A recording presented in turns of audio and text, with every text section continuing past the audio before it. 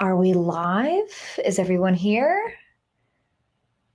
Aha, look at this group we've got. Can you hear me okay? I don't hear you at all. You don't hear me at all? Nope. Okay. Can you guys hear me? Let me know if you can hear me. Let me know on the stream in the comments if you can hear me. We had a little trouble with this earlier.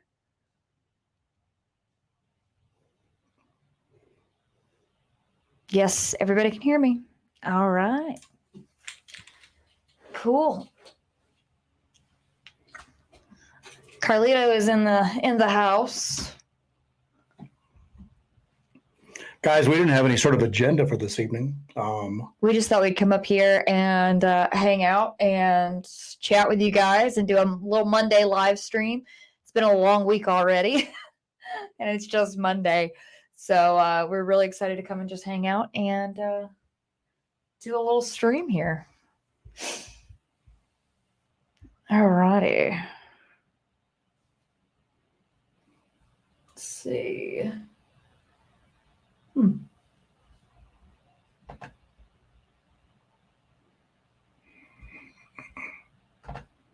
Oh, that's because. Sorry, we're having some. We've been having technical difficulties all week long. There we go. Here we go. That's the one you want to enter in. And when I say technical difficulties, like every computer in our house went down Saturday into Sunday. Yeah. All right, there we go. Cool. All right, guys. All right. Are we about ready to get started or? I'm good to go. You're good to go? Yeah. Okay. All right. All right, everybody. Welcome to Hellbent Holler Live. This is our live stream. We are going to start doing these every Monday, pretty much going forward. We really enjoy doing these. So we're really happy to have you guys here. I am going to throw up some stuff here. That way we have some info. And we're going to be real casual today as usual. Let's go ahead and throw that up there. Cool. Okay, guys. And James Barker's booing us. James Barker? He's booing us. You like that t-shirt, James Barker? Because I'll come up there and I'll take that t-shirt away. I'll come and take that t-shirt right off of you, buddy. David Hunt wants to know if we have plans to do a live stream while doing a Bigfoot hunt. Most of our places don't have cell signal. Yeah, that's kind of the problem is most of the places where we actually go and do investigating is well out of cell range. So it's difficult for us to live stream from those locations. But I was thinking about possibly figuring out a spot for us to do maybe a Halloween live stream from, somewhere kind of spooky that we could do a Halloween live stream from. Maybe do some Estes sessions, do some spooky ghost stuff. If you guys are interested in that, let me know. That is something I think I've got an interest in doing. So, booing the tech gremlins. Yeah, we had at one point we didn't have any way to get online in the house at all.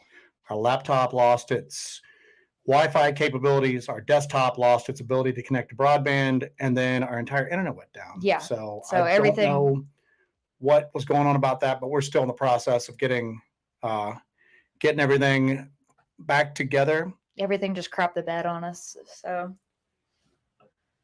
we're actually going back to the LBL after the first cold wave that comes through. Yeah, so when we were in the LBL last, that was right after the Dogman conference, the Paranormal Roundtable Dogman conference. We went to the LBL directly after the conference that night, and we went back the next day as well. And we got absolutely just devoured by ticks. We had just a nightmare tick situation. So we have to wait until the cold weather strikes and the ticks will subside. But I learned more about ticks than I thought I would ever know. So, Dewey Edwards, we're going to the Bell Witch Cave with you, buddy. We've actually got to reach out to one another and set up some plans for maybe the fall to try to hook up with you guys out there and go investigate in and around that area. We actually need to reach out to the lady who runs it. Yeah, that we spoke to down there as well. Yeah. So we really enjoyed going to the Bell Witch Cave. That was just such a cool spot. It's such a creepy place to be. And we were back in the back of the cave for a while with the lights off. It was really cool, and it was really late at night, so it was wonderful. James Barker, ISP got zapped by infrasound, obviously. Man, that infrasound video, I've been getting messages for days. I guess we need to clarify a little bit, and I thought we were pretty clear when we were discussing it. We're not challenging any of the effects that people have had. I know that happens for a fact. I mean, I've seen it happen to her twice, one time pretty severe. Our good friend Martin Groves had some really crazy physical effects while his encounter was going on. So the physical effects happen. I just think it's weirder than possibly what infrasound's capable of producing. But again, we're going to know for sure because we're going to test it. But the effects, I fully believe and know the effects are going on. I just think that infrasound's a more mundane explanation, and what's going on is a lot stranger. And we're going to actually do probably a follow-up show just on that. I think a lot of people got kind of upset when they watched that episode of Dark Dive that we did because I think they misinterpreted it. We're not saying that infrasound doesn't exist or that people aren't experiencing these things. We're simply saying we want to test it, and that's what we do is we go out in the field and we test these things. Because I don't think it's a biological cause. I don't think it's air exiting out of a creature's lungs being vibrated by its vocal cords or whatever, and then causing that effect. I know it's happening. I just think it's a lot weirder than maybe what people have previously kind of explained it away as being. I think infrasound was something, but again, we might be wrong. That's just my gut instinct. We've got a bunch of equipment, and it might end up being something that you can't test for, but we might go out and then have infrasound readings off the charts and then just go, obviously, somebody or something can use infrasound in a way that no other animal or machine can replicate. So I guess we'll all see. But yeah, that infrasound episode, man, that was a doozy. So all right, let's see. Are you running that over there? Yeah, I'm running this over here. Okay. Oh, Cryptid and Paranormal Kingdom. Our friend Carlito's having Martin Groves on his podcast next week. Make sure you guys tune into that because Martin's story is absolutely insane. Again, that's Cryptid and Paranormal Kingdom. So check that out when he has Martin Groves on there. Check it out whenever he's on there. Carlito is awesome. And you can actually go to our homepage on our YouTube channel, and we've got his channel linked at the bottom. Yep, so if you guys aren't already subscribed, pop on over. A quick way you can get there. Give a subscription. James Barker. Yeah, and the other thing too is that whales give off immense amounts of infrasound, so much so that it can be heard for hundreds of miles, and you don't hear about marine biologists swimming with the whales getting zapped. So hey, we're all going to agree to disagree. We know that the after effects and the effects are happening. I just, like I said, again, I think it's weirder than we're going to give a little hint here real quick. I think that if you look at the effects that certain people suffer doing Bigfoot and Dogman encounters, and then you look at the effects that are being reported by UFO and UAP experiencers, there's a lot of similarities between the two of them. And like I said, I think it goes down into our theory that the whole Bigfoot and Dogman thing's a lot weirder than an evolved wolf or undiscovered monkey running around the woods. So. Patrick Vaughn says adrenaline dump can also have bad effects on people during high stress situations. Absolutely. We've both had that happen, not just in the woods, but in situations in our lives where we have had adrenaline dumps, and sometimes you're ultra clear and sometimes you just completely just phase out and you don't remember anything. So yeah, adrenaline dumps can have huge effects on how we feel or how we perceive what's going on around us.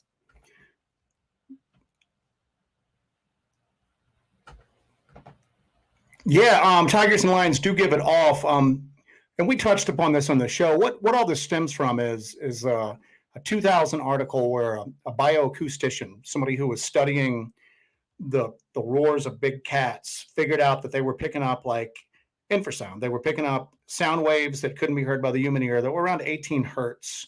And she said at the time that she goes, my theory is, or my best guess is, I can't remember how she phrased it, is that this is paralyzing its prey. and that was never tested at that point. Now they've done, Mhm. well, that was never proven at that point.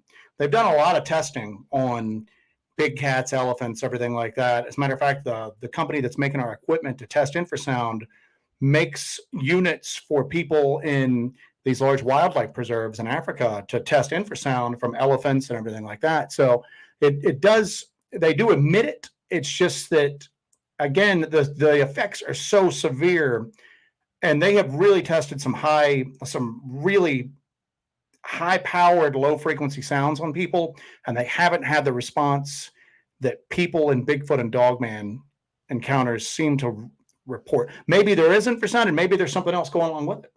Yeah. There might be infrasound along with like really high EMF waves coming off. So it might be a mixture of stuff. I don't know, but or radiation. You don't. I Yeah. mean, you just don't know. Where I'm getting to that is it's not a normal biological thing from just an undiscovered creature. I don't think there's no. I think it's a lot. There's just what you're saying is there's a lot more to it. There's a lot more. There's a lot more to it. A lot more to it. And it might be that. It might be infrasound plus something else. That's why we're having equipment made to test that. So that we know what we're dealing with, and we have some kind of baseline readings, and then we have actual readings of what we're getting. Tristan Myers, yeah, the government did have they have these things called LRADs that are high, just extremely loud, and they even have some bordering on ultrasonic weapons. They did some testing with infrasound, and here's the other thing too. They did testing on infrasound and said, "Oh, there's nothing here." But guess what? They've said that about a lot of stuff as well.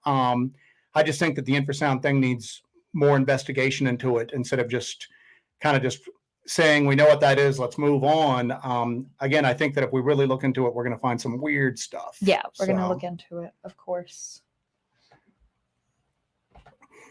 Spooktator Bob, you know what? People are literally dying, being fatally attacked. Dogs are being blamed, even though people like Polites expose flaws, and it was just a dog claim. I think that's just an easy way for them to cover these attacks up, because there have been so many attacks that we have, and we've been doing tons of research over the past few months into all of these strange animal attacks, and we have all these clusters that are coming up of strange animal attacks. And you remember when you were a kid? I mean, we both grew up in rural areas.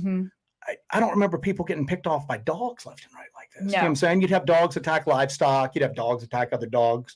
Somebody might occasionally get bit, but these really vicious, just maulings. And you do have a spate of terrible dog owners now, but it's not to the point that people are being attacked, and it's happening in clusters, and it's happening in groups. But that's an easy way for them to kind of pass it off as something that's not happening because, it's just dogs. It's a lot easier for them to just say it was that. And a lot of times these are disadvantaged people who end up getting attacked by these. So nobody goes in and nobody asks questions when this happens. So, and what's weird is the news stories, it parallels the missing 411 stuff. The news story gets hot. There's a lot of talk about it. It might go from local news to regional news to national news, and then it just fades away. Does anybody remember that monkey that was running around a small town in Texas a few years ago, attacking kids and pets? And everybody was like, there's a monkey. The local authorities went, we've got a loose monkey here. And then the monkey sounded pretty strange, and then it just completely disappeared. No, there was never a follow-up story. We got the monkey. Nobody ever told us what happened with this rampant loose monkey. The monkey's caught. It was terrorizing the streets. Let your kids back out. It was never discussed. It just disappeared. And that's what happens with a lot of these stories. They just disappear. But yeah, the amount of dog attacks are just, it's gotten so frequent, and they've trotted out that explanation so long that it just doesn't make sense anymore, man. You know, it doesn't make sense anymore. Sean Blevins, Mendoc State Park. Hey man, reach out to us offline. You got our info, and let us know what you're seeing up through there. Yeah, so, Sean Blevins, you know how to get in touch with us. Yeah, you know how to get in touch with Sean Blevins. Barton and Letitia Nunley, hello. Hello, Nunleys. I just talked to Barton earlier today, and all my research points to Bigfoot senses EMF. I think they give off EMF, definitely. Yeah, we found that they give off EMF because we'll take an EMF reader out with us sometimes, because we take what would be traditionally considered like ghost hunting equipment. We take that out with us too. We'll take the EMF. We'll take a Geiger counter. We take a ghost box. I've got spectrum analyzers. Spectrum that are set up to, like, analyzers, send but we'll go signals. out with that stuff, and we take all that out with us, and it's just to gather more data on the subject, because I don't think a lot of people run EMF when they're out, so Bigfoot hunting, because we are basically out there looking for everything. And a lot of people, there's some other people on YouTube that are in Sasquatch research that carry EMF detectors out, and they've picked up EMF spikes. If you open up another pane, don't close us down. Don't get off our YouTube channel, but open up another pane in your browser and look up the physical effects or the symptoms of high dosages of EMF, and look at those and tell me those don't look a lot more like what people are experiencing when they're zapped than infrasound. We were actually toying around with an idea, and I don't even know it's plausible. We've got to look into it, but if maybe there's an EMF, like high dosages of EMF that's contributing to this zapped factor, you can get those hex suits that'll block your EMF from. I think last week I said something about a hex thong. Yeah. But those hex suits will block your EMF from being detected by animals. We're wondering if maybe it would block EMF from coming into you. Something we're looking at. It's just something we're toying around with right now. But Sam Burton, I got this. Sam Burton says, Joe and Jessi, do you all have any plans to come back to Georgia? We are in Georgia all the time. One of our main research areas is actually in Georgia, so we are in Georgia on a regular basis. All right, we are looking. We're really glad that you guys are here with us today. We really appreciate you guys joining us. I know it's Monday night, and today has felt like a week. It's been a long week today. So we really appreciate you guys coming on here and having a chat with us and talking, hanging out. Yeah, like I said, we don't have much of an agenda. We just figured we'd get on here and chew the fat with y'all. If you guys were subscribed to us, check and make sure you're still subscribed. For some reason, a lot of people were unsubscribed without their knowing recently. Yeah, and it seems that a lot of people are not getting notifications from our channel. I don't know what it is. If it was powers that be, it was you railing about infrasound in our last podcast or what it was, but you definitely ruffled some feathers, and now a lot of people are not getting notifications. A lot of people got unsubscribed, so make sure you're subscribed. You got your notifications on. Make sure you like this video and all that stuff. So. Yeah, back to that, James. I mean, you hear people getting attacked, getting bit, but you're seeing these stories where, and you don't want to get too graphic because a lot of these are recent and there's families out there still grieving over it, but which makes it kind of hard to look into some of this stuff too. We've talked about going into areas where some of these recent attacks have happened, but we're not going to be those people, man. We're not going to walk up to somebody's door who just lost a family member and start asking them if they have seen anything weird around the property recently. Yeah. But it doesn't seem like you ever heard these stories like this in the past. So.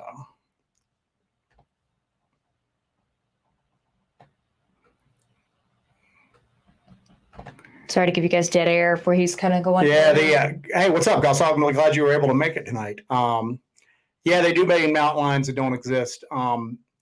Mountain lion attacks do happen, but a lot of these. We live in an area where there's not supposed to be mountain lions, where there's not supposed to be big cats. Yeah. But when we first moved to this area, probably 7 or 8 years ago, when we first moved here, we had chickens, and so the chickens brought in every type of predator that was in the woods, and we live on the edge of about 100 acres of just deep forest, and it brought every type of predator out there.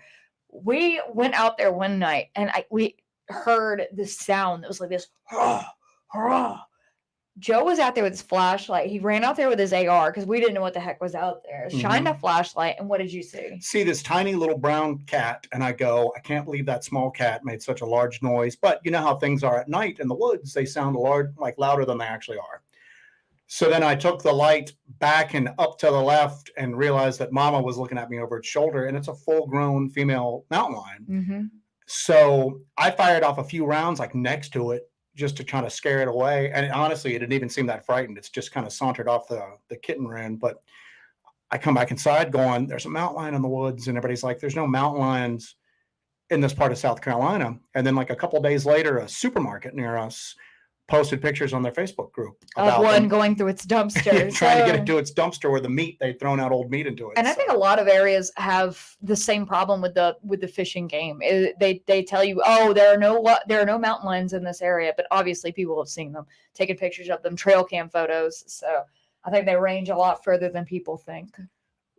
Casey's Cryptid Land, this is really interesting because, and here's why. When we had that, I'm just going to call it a Dogman sighting in the LBL on the Is this about the kangaroos? Yes, about the kangaroos. Okay, I'll read it. Speaking of weird animals on the loose, we had 2 kangaroos loose here in Brewster, Ohio, and it was a big deal for a week. Then all of a sudden, nothing, and no one knows what happened to them.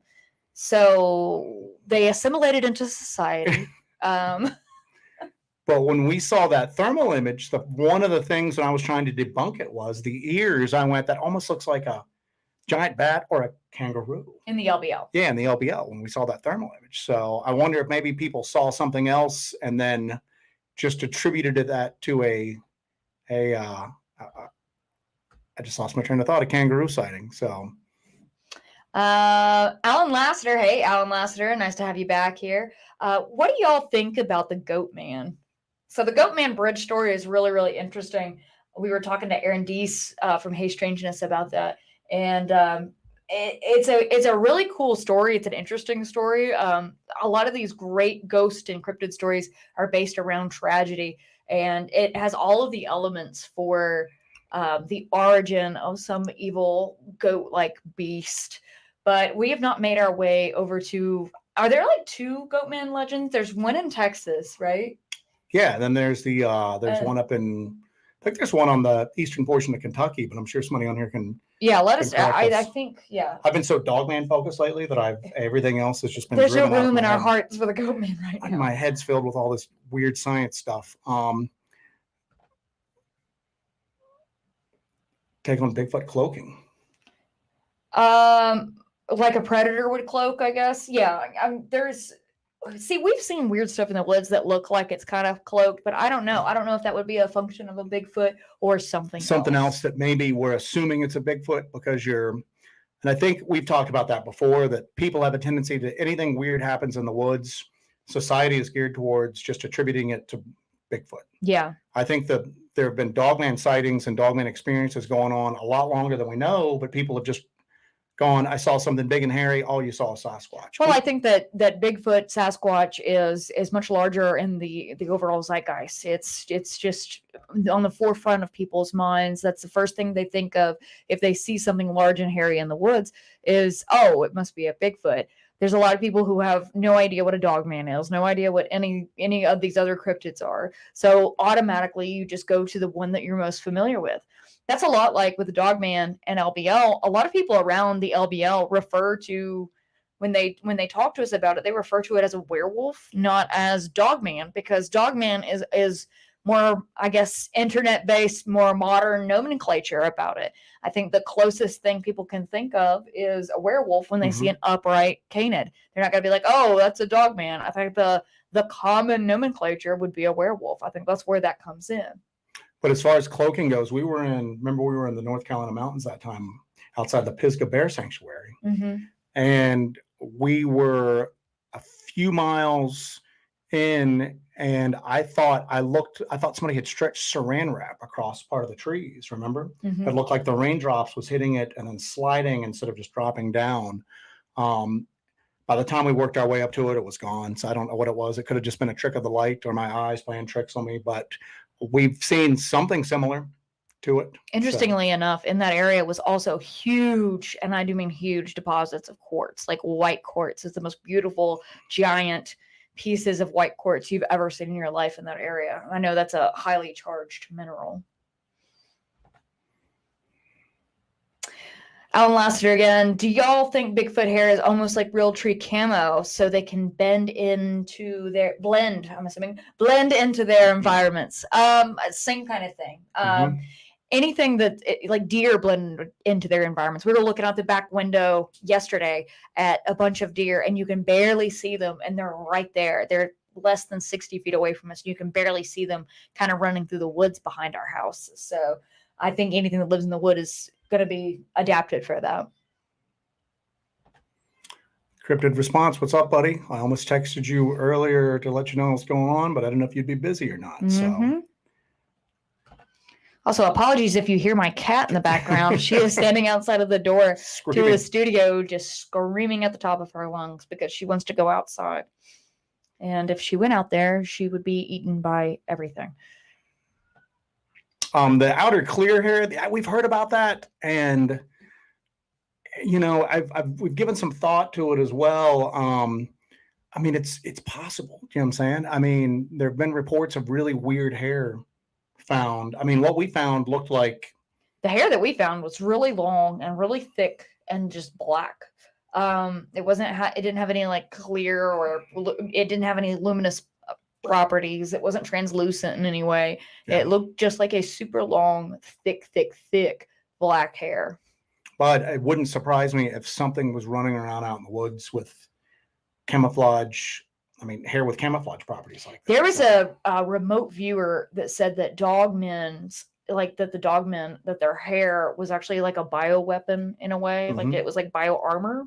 And that it could like deflect bullets and deflect arrows or whatever else you shot at it. And that the hair had properties that would function like armor. So I thought that was pretty cool.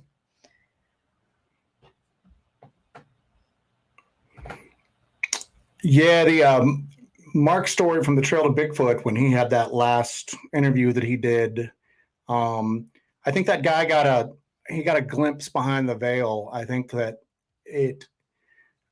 so many people are just focused on these big hairy shapes running around out there, and they kind of they don't want to acknowledge the other weirdness that goes on along with it. And I think he got more of a look than maybe what he was comfortable getting. So.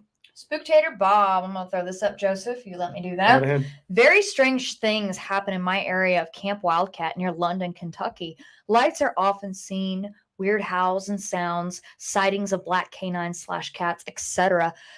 We went to Camp Wildcat when we were coming back from CryptidCon. Yeah, right? Yeah. Mm-hmm. We were coming back from CryptidCon last year. We went to Camp Wildcat, and it's like on top of a mountain. And of course, it's a Civil War battle site. So it's already kind of creepy and already has that kind of energy to it. But it's pretty remote up there. You pass through an old farm. There's still people that work the farm and live there, but you pass up through that, and then you're up there on top of the mountain. But it would not surprise me at all. That was a pretty creepy place and pretty isolated. Don't think EMF will affect animals much. If cryptid are animals, they can smell you. Just my thoughts. I'm sure they can. I mean, in order to do the things they do and to remain as elusive as they remain, they would have to have senses that are a lot sharper and more heightened than we are. So I'm sure they can smell you. I mean, we don't ever have the illusion that something doesn't know we're out in the woods. Yeah. Usually if we're trying to be really quiet, it's just so we can hear. We figure we're either going to maybe something will make a mistake, we'll surprise it. Maybe it'll show itself to us, but we don't think we're sneaking up on anything at all. So yeah, whatever's out there already knows you're there. All right. Carlita says that he did not get a notification. He just happened to be on YouTube. Again, guys, I'm sorry about that. What it is we have done something to upset the YouTube gods. They are angry with us because a lot of our subscribers got unsubscribed from us, and a lot of notifications are not going out. So there's all this infrasound talk, I'm sure. Have you guys ever thought about coming to Oklahoma? We have lots of Dogman sightings here. That's Teresa Wilkins. Teresa, we would love to come to Oklahoma. Yeah, Oklahoma has got so much weird stuff going on in it. A couple of years ago, there was a guy that was having something come in his backyard and up to his kid's window. And it was us and then a few other researchers scattered across the country that was just kind of helping him brainstorm what to do about it. This was somebody that really wasn't into cryptids at all, but he just started he thought neighbors were trying to break into his house, or excuse my French, he kept talking about choma, like child molesters that he thought were looking in his kid's window. And then he put up cameras everywhere out there, and he started getting some really weird stuff. Yeah. And this was in Oklahoma. And as he started to talk to other people around there, people started to slowly open up going, yeah, this has been going on for years. So yeah, we would love to get to Oklahoma relatively soon. So. Question, let's pull this one up. I got it. Question, have you guys ever seen orbs in your deep woods expeditions? We see orbs all the time. All the time. We have video of them. Some of them are, some of them I see them and I can describe them as an old car headlight, that they're round, they're white, and they just have that luminosity to them like a car headlight, but there's no road there. It's just up high off the ground in the middle of the woods, and they're just up there. And there's no explanation for them. When you go to the location where they are, they just disappear. We had a video that we did. That was when the hunter became the hunted. Is that one? Yeah. Where towards the end there, we are going back to our camp, which is a couple of miles away. We're driving back up to where our camp is, and we're going up the gravel road, and up at the top of the hill where our camp is, we actually see lights up there, and we thought somebody was up there with lanterns. So we actually pull our guns out and go run up there. Yeah, because we had a bunch of equipment around the tent. Yeah. We thought somebody was messing around our campsite. And I just bought that marmot tent, and I spent a lot of money on that tent. So I was like, my tent. So we go up there and we run. I mean, we were breakneck speed running up that hill. And we get up there, and there's nobody up there, and there's nowhere for them to go. It drops off on three sides. The only way to get up or down from there was the path that we took, and there was nobody up there. But we saw with our own two eyes. I even got it on camera, and I have it in that video where there's these just orbs floating around up at our camp. So yeah, we see them all the time. We see them. We got a lot of them on the LBL footage too.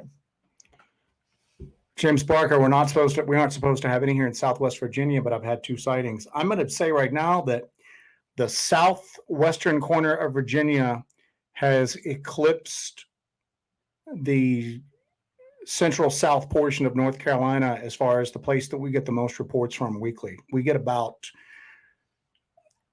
2 a week, I'd say, roughly nowadays, sometimes 3. I'm talking like just constantly. It's just constant. And then as soon as people tell me, I look, and they're in that little southwestern corner of Virginia. So I don't know what's going on there, but lots of people are having like sightings. They're having experience through there. So.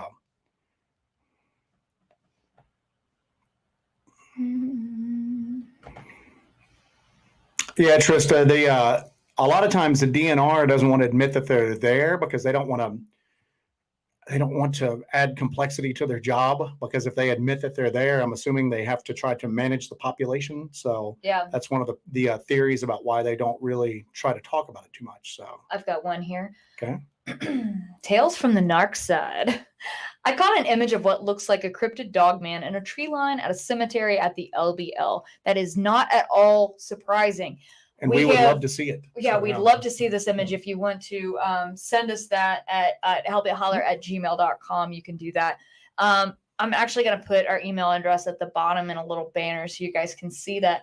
But dogmen are often seen in places that are like transitional places, cemeteries, bridges, Indian mounds. It's just shocking how many stories are just so similar when it comes to Dogman, and you just see them at the same place. All right, there you go, guys. That is our email. I also got my P.O. box on there if you want to send us some snail mail in case you don't trust electronic mail services. And I don't blame you a bit if you don't trust electronic mail service at this point. So, since they've already banned us.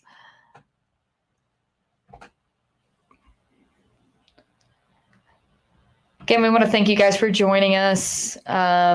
Alan wants to know if you've been to Poinsett Bridge. Yeah. We have been to Poinsett Bridge. Isn't that one of the oldest bridges in the country? Yeah, we've been up there. We went up there one time. It's really, really beautiful up there. That is off Highway 11 in South Carolina, for anybody who doesn't know. I'll run for Lenore. That's not really a question. I just wanted to put that up because it's a cool comment. Class 4 woolly booger. It's a Class 4 woolly booger. Class 4 woolly booger. Jonesstead Farm. I'm going to put this up because I like it. I thankfully did get a notification. I was outside in the garden, threw down my hoe, and came inside to watch you guys. Girl, you need to get out there and pick that hoe up. Have y'all been up close to a dogman yet? If what we picked up on thermal at the LBL was a dogman, then we were 20 feet away from it. Probably a little more than that. 'cause 25. It wasn't yeah. that far. I mean, so we're fairly close. And then when it disappeared off my thermal, and I didn't know what happened, and then we figured out there was a ditch there the next day. I think it was still hunkered down in that ditch, so Yeah. closer than we probably should have been. So.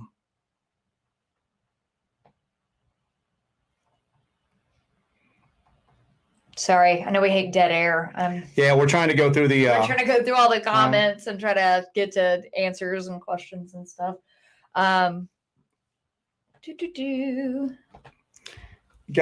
that hair that Vault has is odd. I'll tell you what it reminded me of is the fact that it would change color. It could transmit color, and it was heat resistant. It reminded me of a very high quality heat resistant fiber optic thread. Yes. And how about if that's, let's just kind of go with it. What if that's a biologically created fiber optic thread? What could that mean as far as like the creature's ability to camouflage itself at this point? So yeah, I would love to be able to like check that out. As a matter of fact, next time we're in the same vicinity as Vault, if he's got it, we've got a field microscope that we want to, it's not the most powerful one, but I mean, it'd be good to get it under a little microscope and check it out. I just imagine him carrying it in like a little locket around his. Yeah, no doubt, man. So yeah. Carrying his Dogman here.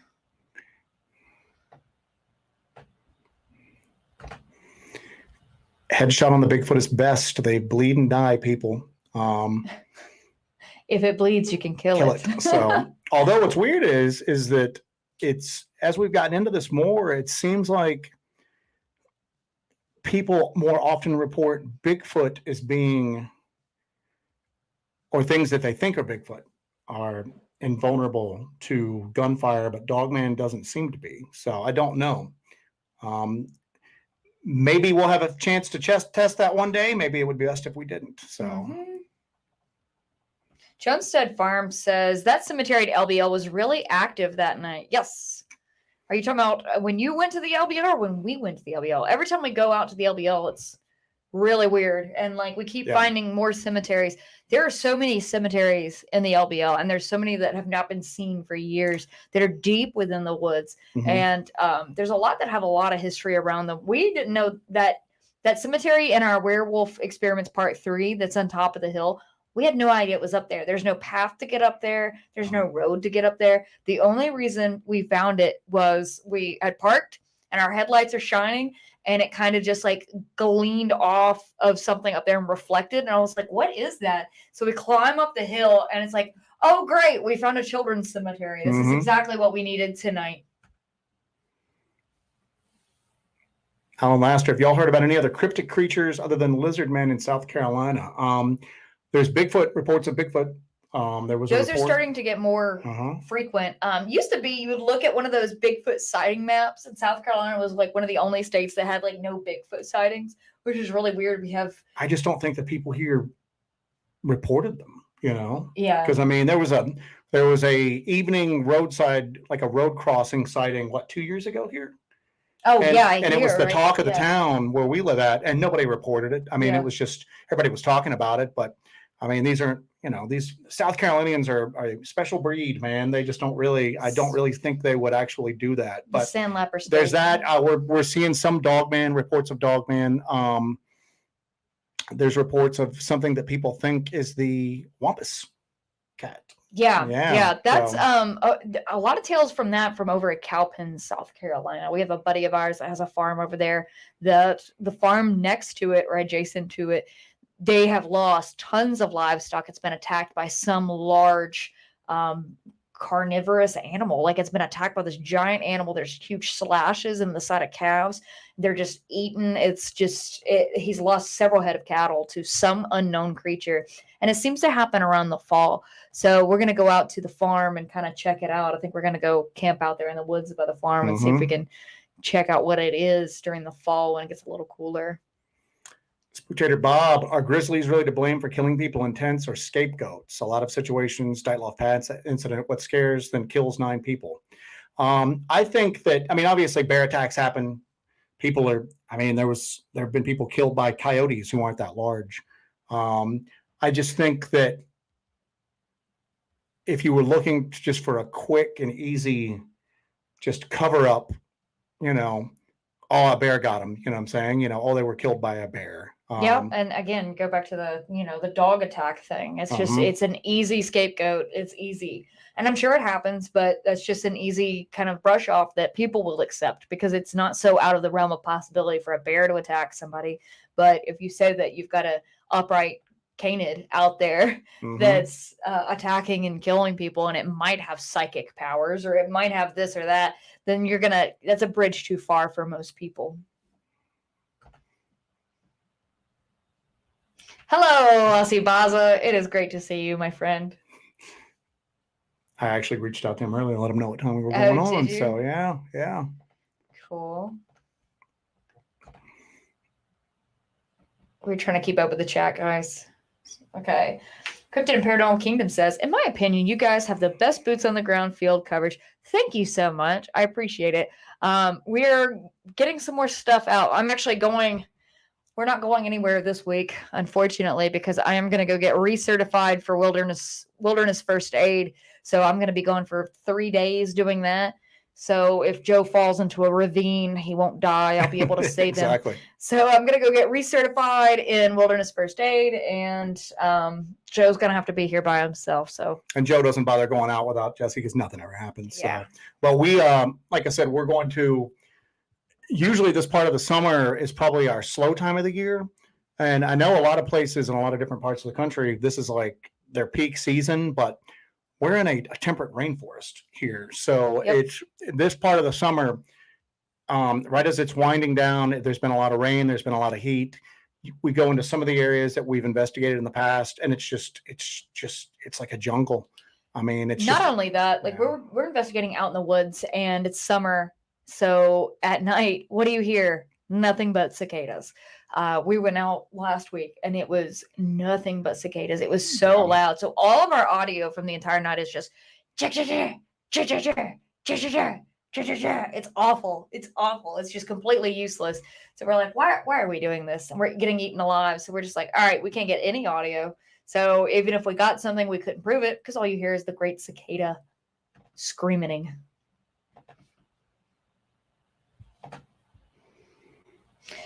David Hunt, do you think Dogman could be man-made?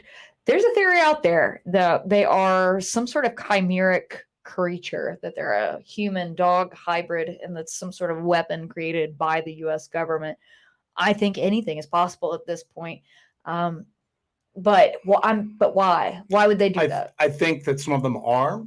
There was a quote in the first Where the Footprints End by Timothy Renner and Joshua Cutchin that I can't remember the guy that said it, but he said that when it was all said and done, and years from now, when maybe hopefully we've kind of figured out the mystery and we figured out what's behind this phenomenon, that there would be two separate creatures or two separate things that we interpreted as Bigfoot. One was the physical, what he would call a wild man, and then one was more along the lines of like that paranormal, creature in the woods and everything like that figures so predominantly in Native American lore. Yeah. I think it's like that with Dogman as well. I think you're dealing with, I don't think you're dealing with evolved wolves. I don't think that's the case, although it could be, but I don't think so. I think you're dealing with a combination of something from somewhere else.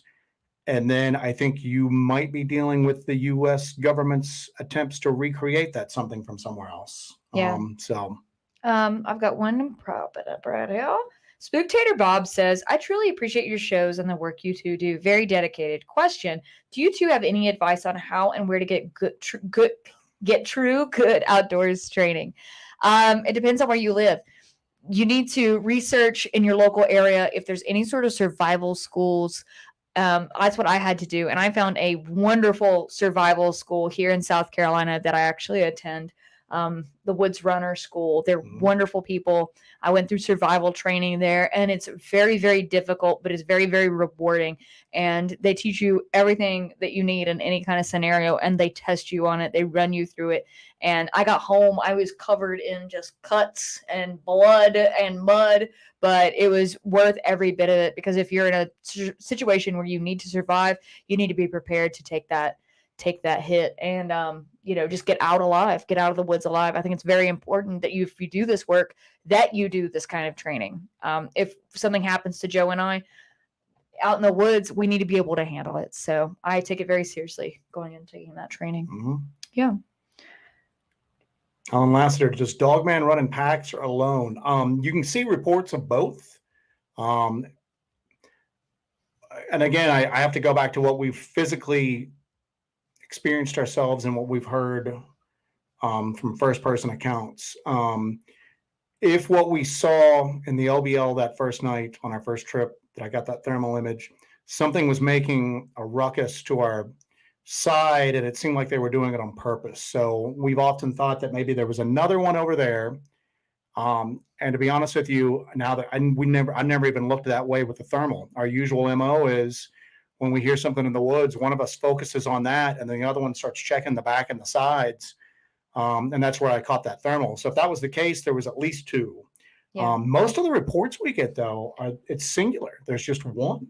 Now, that doesn't mean that there aren't more there that people aren't seeing, but almost everyone that we get, especially from this region, it seems to be just one creature reported then. Tales from the Narc side says, what's that email address again for you guys? Down below. Take a look. I got it scrolling across the bottom. It's hellbentholler@gmail.com. You can send us stuff there. You can send us some experiences, or if you have photos or anything that you want to share with us, you can hit that. We check it several times throughout the day. Oh, sorry. A monitor lizard at the LBL. Dewey, No. It sounds like you have a story to tell. I know we have not. I've never even heard of it. I don't want to. I think I'll deal with. I'll take Dogman. I'll take Bigfoot. There was a guy that was sending us some photos that he had gotten in the mud near a lake, one of the lakes there, and I can't remember which one it was, but it almost looked like oversized lizard prints, and that's what we were looking at. Is that we couldn't figure out what it was. So if you have a story about that, hook us up, my friend Dewey. So, hello, Jay Myers. Good evening. Thank you for joining us.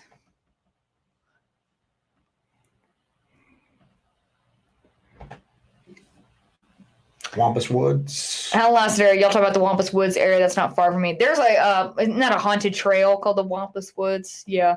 That's a local legend over in that way. So.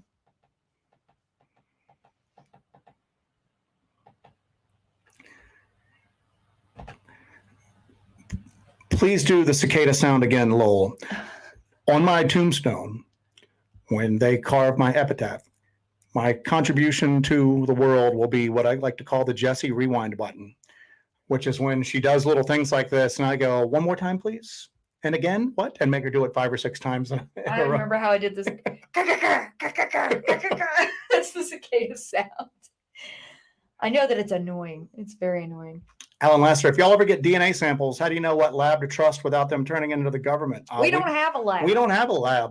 There was a zoologist that was local to us that reached out to us through a mutual friend who's very interested in the subject, but they didn't even know how we would be able to get it done. I mean, you hear people all the time go, let's send this into the lab. What lab? Who are we supposed to send it to? There's no lab, guys. And I mean, even if you did, I mean, we're 2 people that are self-funded. DNA testing is like really expensive. We were actually involved with some independent researchers across the country, and we were trying to get some DNA testing off the ground. We were going to do eDNA testing in some like remote water sources, like in the mountains all across the country, just to see what we came up with. And the cost was like just insane. It was really prohibitive. So it's like when we find weird scat and people are like, well, did you bag it? No, we didn't bag it. I don't want to refrigerator full of weird scat. I mean, there's nowhere to send it. I mean, we keep hairs when we find them, but no, I have no clue. If anybody ever gets, you know what, even if somebody contacted us and said, hey, send it to this lab, how would we know? I mean, we just don't have that contact. Yeah, how do we know that is an actual lab, or it's not somebody who wants our frozen Bigfoot turd, for their own purposes?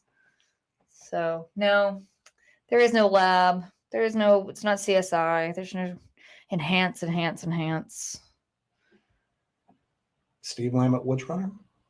Do you know Steve Lamott, Woods Runner? Yes, I know Steve. I haven't met him yet. He went to Woods Runner after I did, and I talked to him online all the time. Steve's a good guy. Steve's a great guy. We're hoping to do something. We're overdue meeting up with him just because we've been so busy for the past few months, but we're overdue meeting up with him. We want to try to get out into the field with him. Yeah. It's actually, I was thinking about him the other day that I might need to reach out if we can ever like tear away long enough to kind of meet up with him. So, all right. And Dewey's got the lizard story hookup. The Dooster. The Dooster has got The Dooster is here with your lizard stories. So do not fret, everyone. Have y'all heard about the Maryland Dwayal? We have a friend, Lenny, who's obsessed with a Dwayal. So, snarly owl. I don't think I've ever heard of a snarly owl. Have you? That sounds familiar. I may have seen it on one of these cryptid Instagram things before, but I don't know anything about it. Snarly owl. I'm thinking snallygaster. No, I don't know. Drop that. Cryptid response. He's had reports from South Carolina of something snatching goats. It was able to pick them up and get them across a barbed wire fence, and it wasn't hitting the fence. No drag marks or hair on the wire. Like Jessi said earlier, it's weird because that's called a crackhead neighbor. If you look at it online, you would think that there's really not a lot going on in this region, but I just don't think people talk about it that much. Like take your family from Western North Carolina. I mean, part of them talk about it. It's just a matter of fact. Like, why would you call and report something like this? I mean, they know it exists. I mean, and especially a lot of people. A lot of people, you don't know who are you supposed to report this to, unless you're involved in cryptid research or you're involved in cryptid groups online, or you study the subject in any kind of way. You don't know who do you report this to. So you've got so many people with stories that we've never heard who just don't know who to tell them to.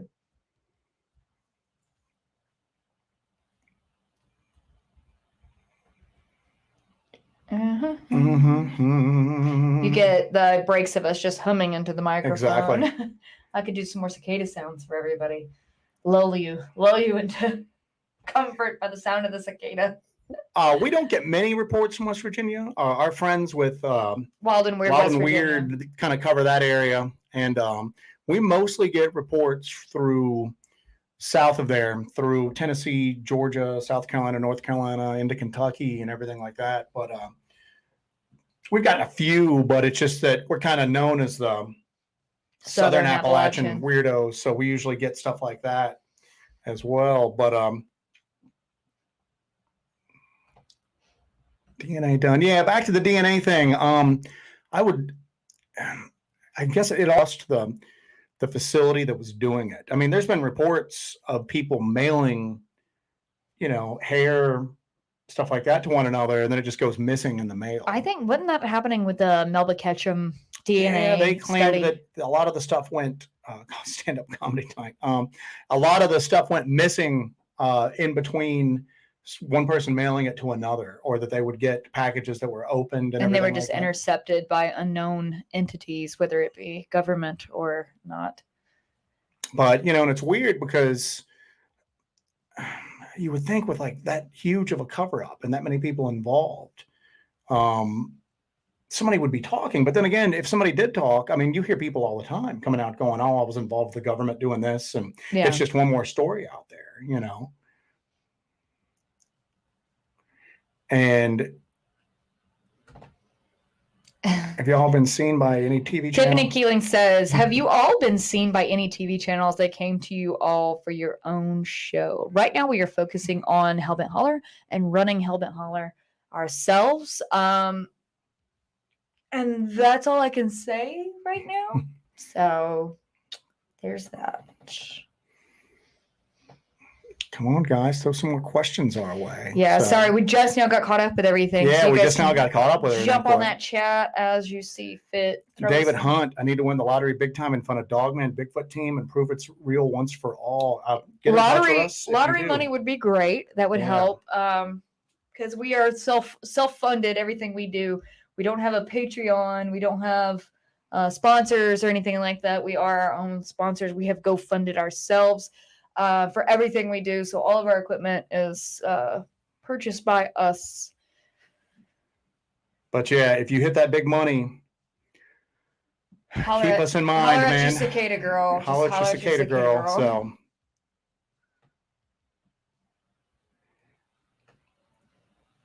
and this is a good comment. If you remember back in the 40s or 50s, Russia wanted to make an ape army. So what Russia does, we have to do one better. And that's a good point. We said earlier, if the government was making these things, why? I mean, if you look especially at DARPA and some of the stuff that DARPA's come up with, it seems insane on, just when you first look at it. I mean, tying firebombs to bats and releasing bats over like cities and stuff like that. It's just their job is to try to think so far outside the box that it's, and in a way it's A, to increase our own capabilities, but it's B, to kind of prepare us for things that other nations might do to us. So maybe there's a perfectly logical reason for them doing something like that, and we just haven't thought of it. So the Dogman super soldiers. Mm-hmm.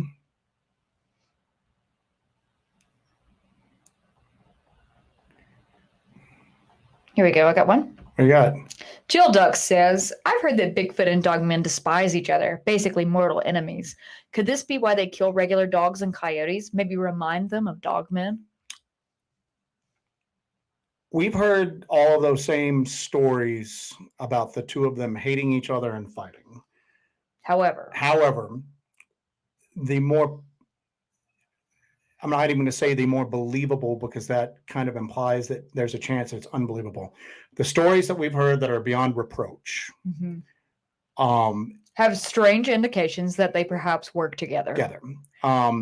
And just like the LBL, you always hear that story about Dogman in the north, Bigfoot in the south. But then you start talking to people and there's sightings all over the place. If you listen to Martin Grove's account, he saw both Bigfoot and Dogman possibly working together. They certainly weren't in conflict with one another.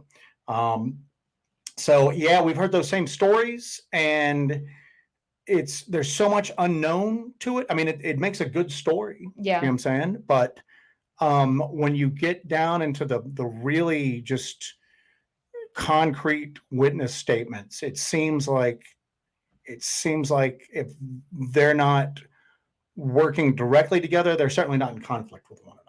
So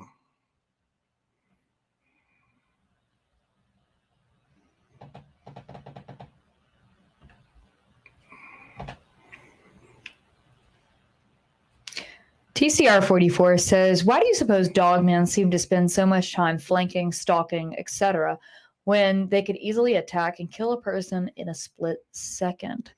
The only Dogman stories you hear about are people that maybe see a Dogman or encounter a Dogman, and then Dogman doesn't kill them. You don't hear the stories from the people. You don't hear the stories from the people who are attacked and are never heard from again. So if you hear a story and you're like, oh, it stalked me, well, obviously you didn't die or get attacked because you're still here to tell the story. I think there's a lot more Dogman stories out there. There's just no one to tell them anymore. That too, and that you hear this with Dogman, it seems seemingly more than with Sasquatch, that they seem to really enjoy the fear that they generate, inducing fear into people. Well, I don't. Again, we're gonna go back to this too. Why would if they enjoy or they get kicks from inducing fear? That's not the motivations of a natural animal in any kind of way. Like tigers don't get joy from inducing fear and then leaving something alone after that. Yeah, they just want a meal, and that's it. They want a meal. There's that biological imperative to eat, but there's no imperative. There's no purpose in toying with something just to torture it and walk away from it, or psychologically torture something or someone. So this goes back to it. I don't think that Dogman is a natural animal. Robert OG, if you send it to the debunking DNA testers, it's going to be from some known species with human contamination. See, that's the thing, is that if you send it in to these people who they're going to approach it that it's an impossibility. So if they get a result that they think is impossible, they're going to assume that it was tainted with human DNA, that the test was wrong. Mm-hmm. It's like that with a lot of that forbidden archaeology stuff. Or say they don't. They say they do the test on it and it comes back as something that's completely non-human, completely like unknown. But they just have like a short circuit in their brain and just like sneeze on the sample and just No, they'll do something, yeah. But I mean, it's like those out of place artifacts that you hear about that archaeologists or anything like that will find something and it doesn't match up with the current understanding of or the current narrative of what history is. Therefore, that must be the test must be mistaken. This can't certainly be like novel data that it changes our way of thinking. The test must be wrong. So no, I definitely agree with that. So I've got one I'm pulling up. Kimmy Star 333 says, "What do you think about CERN being involved, like opening up portals?" I totally believe that they're doing some nefarious stuff over there.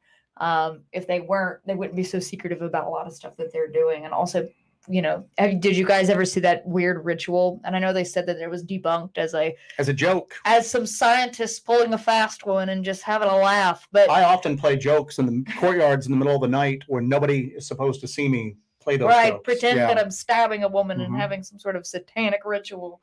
Yeah, I think they're doing something over there because if you notice when they fire that LHC up, you notice stuff gets a little awry. I don't know if you guys have noticed this, but stuff gets a little awry when you fire that baby up. So, sorry, I'm hitting it at the same time you did. You got one? Cryptid response, I think they kill dogs because they draw attention to their presence. That, I definitely agree with that. And then I definitely think that I put a lot of thought into that because cryptid response, if you remember that lady that you and I both spoke to in North Carolina, she thought it was trying to get into her house and she kept talking about how it was after her dog. And I think that they're trying to remove any element of protection around some of these homes. You know what I'm saying? So, I mean, dogs are loyal. That'd be the first thing you'd take out, the alert system. Okay, I got one. Slime Art Paint Art says, "What would you do if you found what you were looking for?" Dogman, gulp. We don't really have a plan. Oh, we've got several plans. We've got several plans. I mean, we've got a contingency plan. We game that all the time, and so we're either going to die, and hopefully somebody finds our cameras. That's a plan. Be able to defend ourselves because we go out armed. Again, like I said, there's only a few people, and it's weird because I know we sound like a broken record sometimes, just, Martin Groves, but you don't really you've never really had somebody come out credible before. Yeah. That has told a story like that where they should have been just another missing person story and they got out. Every single thing was working against him. He got hit with whatever he got hit with. Let's just call it infrasound. He got hit with that. He was nauseated. He was stuck. And most people would have just ended up in a meal and it would have been another empty tent they found. And he got away from it. So you have to look at it that there's a lot of people that haven't gotten away. So, I mean, we try to be as prepared as possible. We got bluff charged that night. And we, got our guns out and nothing happened at that point. But, yeah. I mean, we won't know until we try, man. I mean, there's really no way of knowing what's going to happen until we get into that situation. Yeah, because you go out there as prepared as you can be. But when you're faced with the reality of what you've come into, it's all about, you've just got to try to be prepared for it. But you don't know what's going to happen when you're in the situation. But that's also why we do this, is it's very exciting. We deeply enjoy doing this. Sean Blevins says, "Do y'all believe Bigfoot always give off a strong odor? And does Dogman give off a smell?" We'll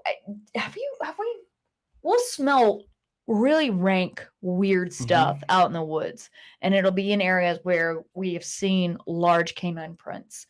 But I don't know for sure. I mean, I'm assuming if you look at, and again, anytime you say if you look at reported encounters, that's a small slice of all the encounters that are actually going on out there. Those are just the ones that somebody decided to report it to and knew who to report it to. And then the person taking the report didn't push it back for being too weird or whatever. but there are more encounters without a sense of smell, without a strong odor than there are with a strong odor. Yeah. So I don't know. And as far as like Dogman goes, I don't know. I mean, it's for every encounter you find that mentions a strong sense of smell, you can find another one that doesn't mention a strong sense of smell. So I got one here. Oxkira says, I've heard from various sources about high strangeness in the deep areas of the national parks. Would you corroborate such? Yes. Yeah. We have a couple of theories about the national parks and why they were established, and a lot of these national recreation areas, like the land between the lakes, why they were established, why they're so closed off in certain areas, why they're so remote in some areas and hard to reach, why there's so much secrecy around them, and the missing people that turn up missing in these places. We have big theories on this, and there's a couple other theories out there, and I think we covered them in the next episode of Dark Dive that I am releasing this week. So we kind of go into that. And but yeah, I think it's a kind of a protection measure from the if you let's look at your kitchen table top and imagine that is the hundreds of thousands of square acres of territory for a national park or a national forest or anything like that. There's going to be people in it, but they're going to cluster in relatively small areas inside that national park. Yeah. The trails are just little lines. Most people don't go off trail at all. They never leave the trail more than a couple of feet. Yeah. So if you wanted, and people might go, well, there's nothing in the Smoky Mountains. I go there all the time. Yeah. You probably go to a structured campground. You probably stick on the organized trails. You might go to like a waterfall or two, but 99% of that national forest people don't go into regularly. And if you do, you're probably moving slow enough and making enough noise that if something is there and it wants to stay out of your way and stay unobserved, it's not going to be that difficult. Yeah, so for sure. Dewey Edwards, we got one from you. Back in the 1950s, my cousin had an encounter with a creature he thought was Anubis. I wonder now if it was a Dogman he saw. There's a lot of stories of cynocephali throughout history. Some are benevolent, some are evil, some attack people. So this has been a thread that has gone back through the ages of the dog-headed man. And you mentioned Anubis, so all the way back to the Egyptians, and before that, there was said to be a race of dog-headed people that would actually trade and had a culture and had a language and everything. So there's lots of stories about this that go way, way, way back through time. So I wonder, that's just that the Dogman is kind of the current iteration of the cynocephali and that line.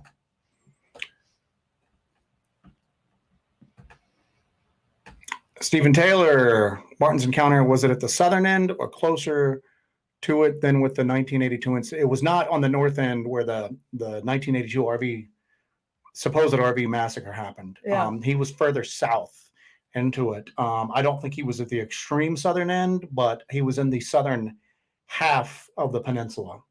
So yeah, he was not near that northern end where the massacre supposedly happened. Jen Palazzo, tell your neighbor that if he wants to fund a couple of cryptid go-getter cryptid researchers to reach out to us. So please send us a check to P.O. Box 777, Pelzer, South Carolina 29669. Alan Lester says, have y'all talked to any Native Americans about Bigfoot or Dogman? And we have, yes. And it's just like as if you talk to a cross-section of anybody else. Yes. Some of them are going to believe in it. Some of them are not going to believe in it. We know someone whose father is actually a tribal elder and is very steeped in the folklore of his tribe and doesn't believe any of it exists. And then the son believes that it exists, knows what's out there at this point. We have talked to people. But again, if you look at this, just like a lot of the European folklore, the Fae folk and everything like that, really kind of corresponds with a lot of the stuff that people are experiencing nowadays, especially with like the UAP phenomenon. Yeah. A lot of what the Native Americans were experiencing, you can find direct, direct parallels to what people are experiencing nowadays. So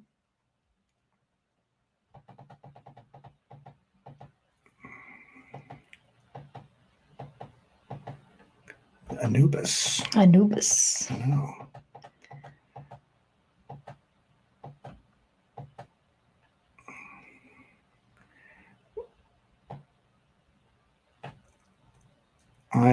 We're looking for some questions here, guys. If you guys have got anything else, a lot of interesting theories in the chat. Yeah. Just start making cicada sounds. That seems to be popular here. David Holly, have you ever thought the Gugwe is in reality another form of Dogman? We're familiar with all the just different variations, Gugwe, Janasqua, all the different stuff. I know that usually, Gugwe especially is meant to be a more, ferocious and aggressive form of Bigfoot. I don't know. I mean, there's some crossover. I mean, again, I think that these things are a lot more alike than what we really give them credit for, and that there's not just a Sasquatch type and a Dogman type. I mean, I think that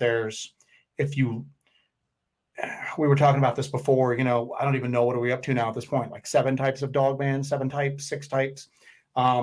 But I mean, give me 5 minutes and I'll find you an 8th type and a 9th type and a 10th type. There's just so many variations of descriptions with witnesses out there. And that obviously somebody who's in a really high stress situation like that happens really quickly, in like a bank robbery, if you have 10 different witnesses, you're going to have 10 different witness descriptions. So a lot of that plays into it as well. But I just think that there's a lot of variation in this that doesn't really make sense, but it seems like it actually occurs. So yeah.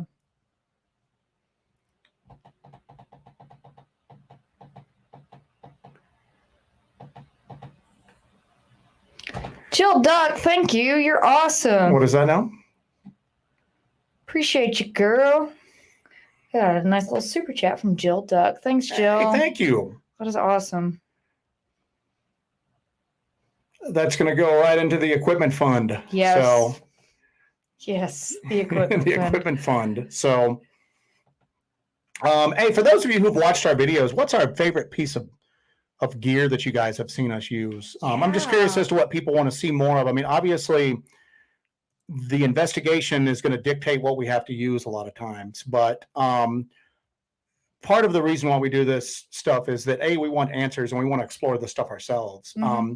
Even if it matches up with exactly what people have told us, we still want to experience it and explore it for ourselves. But a lot of it's just to kind of bring everybody who's unable to get out for one reason or another along with us. That's why we did the YouTube channel in the first place. And I think you guys seem to really respond well to that. And you guys are all getting it too. I think we get a lot of comments on the channel about people saying, oh my God, I feel like I'm right there with you guys. And that's why we do it. That's why we film it the way we film it. That's why we put it together like we do, because we want to take you along with us, because we know that a lot of people can't get out there and get into the woods and do this kind of work. So we want to take you with us. We really appreciate you guys watching our videos and coming on that journey with us.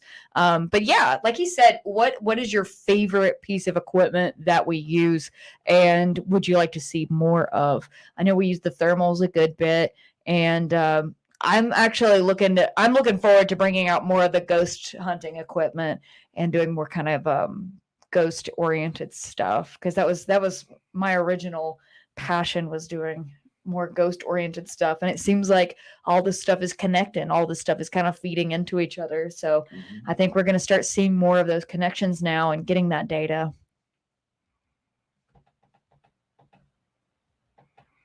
Cryptid Response says, hey guys, let's show Hellbent Holler all the love and smash the like button. Let's do it. Yes, thank you.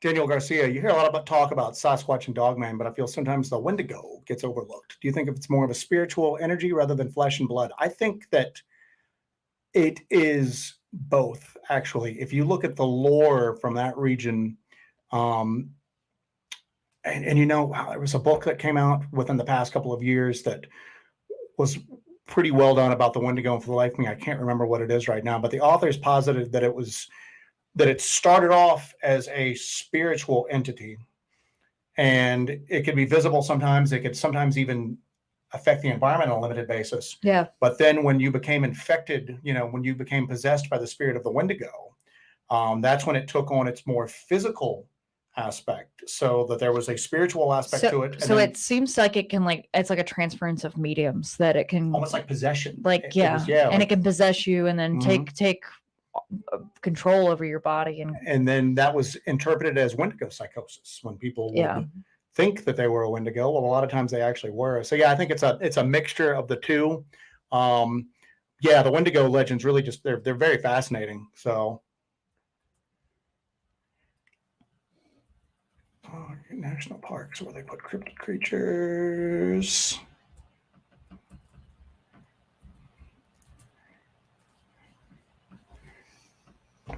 Have you heard anything about the explosion at the Hoover Dam? No, not at all. Is that recent?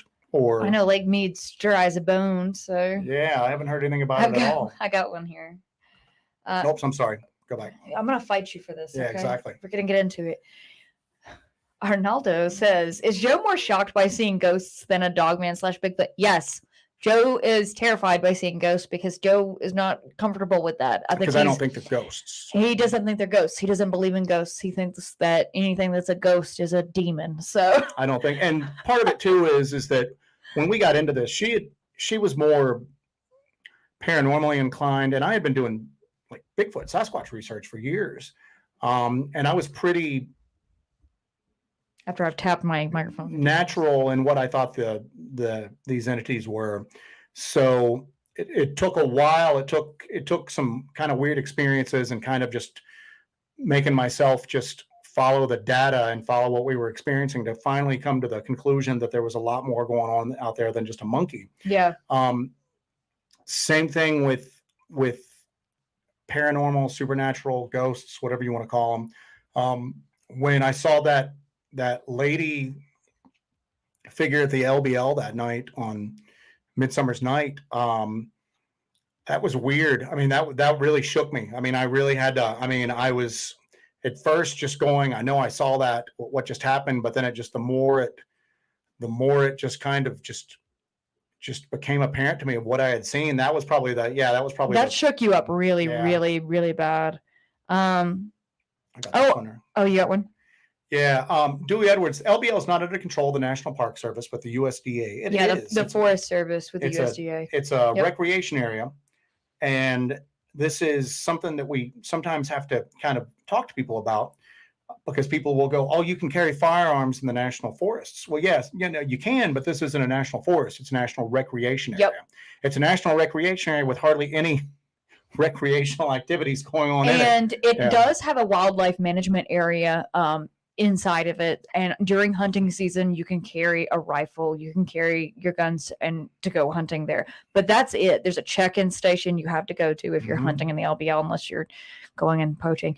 But so there's very, very strict rules about carrying a firearm in the LBL. It has to be, the caliber has to be applicable to whatever you're hunting.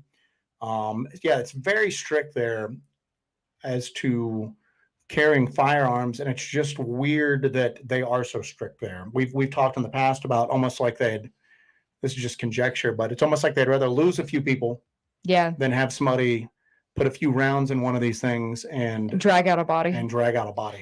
So this one, I got one here from Steve M. Okay, comment question. What is the most unidentified sound you have heard in the woods? For me, that would be the banshee sounding siren scream in North Georgia. We've told the story before. We had a crappy little camcorder that we had, and then a few like other little things, but we didn't have a lot of the gear that we have right now. A lot of the gear that we've obtained is because of experiences we've had that we weren't prepared to. It's almost like we're chasing the phenomenon with tech sometimes, but we had stopped. We were filming and we were investigating, and then we had built a fire. We sat down to eat because we'd been going all day, and then we just turned everything off. We're like, all right, let's shove some food into us. And then we sat down and we turned everything off, and we were trying to cook a hot dog on the fire. And all of a sudden we're sitting there, and all of a sudden in the distance we hear, it as like high pitched and like it almost mournful, and I'll describe it as almost like a banshee or something. We thought it was and it went forever. It went so long, and it was just it. We just sat there, just going, "Oh my god, oh my god." Well, we thought it was an emergency vehicle siren at first because it rose and then it fell, and we look at each other and we're going. I mean, where we're at, we can barely get into it with our four-wheel. It took us hours to get where we were. There's no ambulance making it through those roads, and that's what it sounded like. And we just look at each other, and then it just gets louder and then weirder, and we're just looking, and then we start scrambling for the camera, and we get the camera going, and it's off. Yeah, that's why we've gone so heavy on digital audio recorders now, so that no matter what's going on, we'll have usually at least one digital audio recorder running so that we can capture something. We have a phrase that we came up with after that. It's ABF, always be filming. You got one? Hey, Daryl Denton. What's up, buddy? He said Martin's Encounter was close to the old Buffalo Elk enclosure. Yes. So for those of you who do not know where the old Buffalo Elk enclosure is, you will have to Google that. Yep. So David Hammond says, have y'all investigated Stump House Mountain in Oconee County, uttermost to the South Carolina? South Carolina? Well, let's just go with, have you investigated Stump House Mountain? Mm-hmm. Yes. And we have investigated the tunnel. And so the tunnel, Stump House Tunnel, was actually a rail tunnel that they stopped construction on when the Civil War kicked off. But it was mostly Irish immigrants that they brought in, and they lived in a camp up on top of the mountain. And they dug the tunnel halfway. And there's a couple other tunnels nearby there that they got started and kind of abandoned. But we've been inside Stump House Tunnel, and it was just us, and it was getting pretty dark. It was like on the cusp of like night at the end of dusk there, and we could hear like voices off in the distance, and it sounded like someone arguing and somebody like getting into a fight. But we were absolutely alone down there. We almost got locked into the park, actually. Daryl, again, if you had a chance to work the area around where Martin's Encounter was, no, we haven't. When we first went to the LBL, keep in mind, we first went to the LBL not really putting a lot of stock in the whole Dogman thing entirely. But we thought that if there was something there, it was going to be deeper into the interior of the peninsula and not around the north end where the massacre supposedly happened. We just thought that was too close to civilization, basically. And then when we got there, that's where we had all the activity, and that's where we ended up focusing pretty much everything on that first trip. Yep. On the second trip, we did that first night with the storm around the bunkers area where the massacre supposedly happened. We spent a lot of time around where we found that abandoned tent. And then we've spent some time around Station 16 when we got to it. The LBL is just so big that we could probably take over LBL research as a full-time job and investigate a different spot every week and not run out of places to go to in our lifetime. So yeah, thank you guys for these super chats. We really appreciate it. Every penny goes into the equipment fund for us to buy cool new stuff for the channel. So really, really thank you guys. Appreciate every bit of it. Does moon phase affect cryptid activity in your experience? Yes. We have more luck during full moons and new moons. And that's not just us. We've talked to people in Washington State area, Oregon area that have reported the exact same thing, that new moon and full moon all the time. It's weird. But that by far, I mean, so much so that if we're planning our month out and we know that one weekend we're not going to be able to go out, we make sure that that's not the weekend of a new moon or a full moon. Those are the weeks we make sure that we're out in the woods at that point. So Alan Laster says knife. So Joseph, what knife are you carrying today? What knife we're carrying today? Yeah.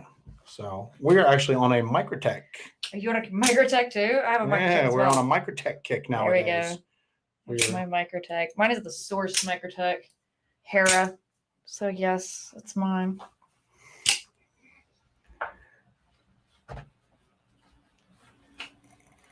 If you could do an investigation anywhere but the Southeast, where would you want to explore?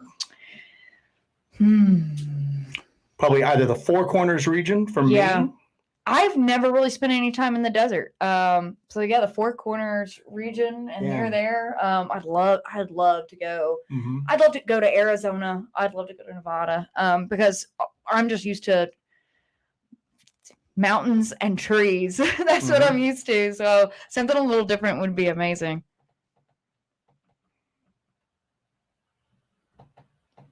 Jay Myers says, would you ever entertain flying a drone with thermal cameras? Yes, we're going to be doing that. That's down the road. Definitely down the road. Right now, my drone flying skills are too shaky to trust that level of expense. I think we mentioned this in the last live stream we did, that our last drone we had is in a tree in North Georgia.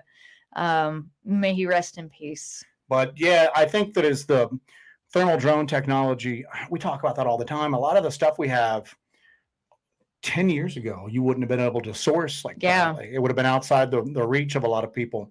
But and I think thermal drone technology is just going to get cheaper and better. And especially in the areas where we research at, regular drones are not that much use. The tree cover is so thick that it just wouldn't pick it up. Now, thermal drones, that's a different story altogether. I mean, I think that thermal, we've really gone heavy on thermal and then full spectrum cameras and really kind of gotten away from traditional night vision. So I think a thermal drone, definitely, that's down the road, but it is a little outside of our price range right now. We've got again, like I said, we're self-funded. We're getting that infrasound equipment built right now. Yeah, and like I said, so what we have to do generally is we prioritize what we need next, and then we have a list of what we want to add to the toolkit, and then we're just like everybody else. We wait for stuff to go on sale, and sometimes we were planning on getting this a few months from now, but it's on sale right now, or I found it at a good price. Let's go ahead and get it. So I got one from Stephen Taylor here. Will you use a spirit box? Yes. Okay, so my friend Katie and I are working on a small project, a little side project, where we do mostly ghost stuff, and we have a location that is pretty active. And I'm working on a short series, or it might be a whole documentary on this. But we use a spirit box. We do Estes sessions. So Katie's a fellow investigator, and I know she's watching tonight. So hello, Katie. But yeah, we are going to do some more ghost box stuff and spirit box stuff. So I love that kind of stuff, and I love doing Estes sessions. Can you describe more of where the LBL trailer massacre took place? It's on the northern end of the peninsula, and you can find that very easily. What is odd is that it's not that far off the Trace, which is the main road that cuts through the middle of it. It's really not that deep into the woods at all. I mean, it's just not that deep, and there's remnants of something around there. The traditional stories say that what you see are the remnants of the RV campground from where they knocked it down after the massacre. Yeah. We're in the process of doing a little digging into that. And I guess we should say this right now, is that we don't ever want to be the naysayers. Yeah, the naysayers, or like the debunking police, we're not really out to debunk anybody.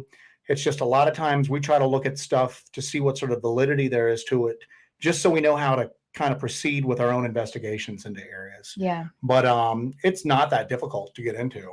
It's not that difficult to get into at all. So yeah. Todd Brown says, there are entities that feed on emotional energies that we radiate. I believe that there are several varieties of these entities in the old lore.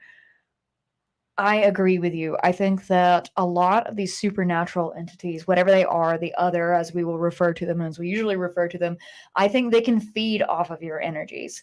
And if you believe in psychic vampirism or attachments or anything like that, I believe it can take your energy, much like these entities can drain the energy of equipment or batteries, which we have personally experienced. Mm-hmm. I think they can also drain your energy and siphon that off of you, because we are basically electrified, chunks of meat on a skeleton running through the world.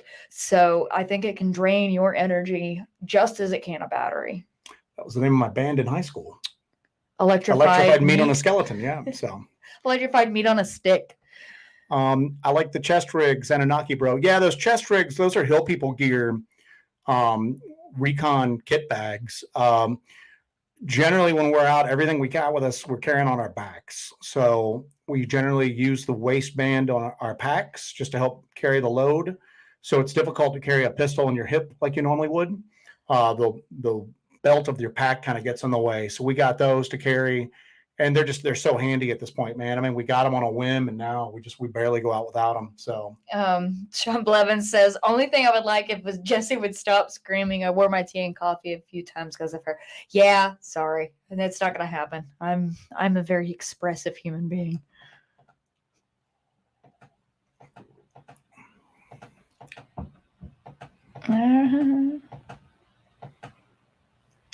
Okay. I'm sorry. Go ahead. I've heard I'm sorry, I clicked on the wrong thing. Where did we go? I clicked on that. Let's answer that while you're looking. Okay. Oh, sorry. I liked when you did the scent experiment at the LBL. I know it's not technology equipment, but it was a great idea. Thank you very much. We're just trying to employ different ideas and think outside the box and see if we can kind of appeal to these things, natural kind of intuitions and wants and needs. And we're just trying stuff that's different.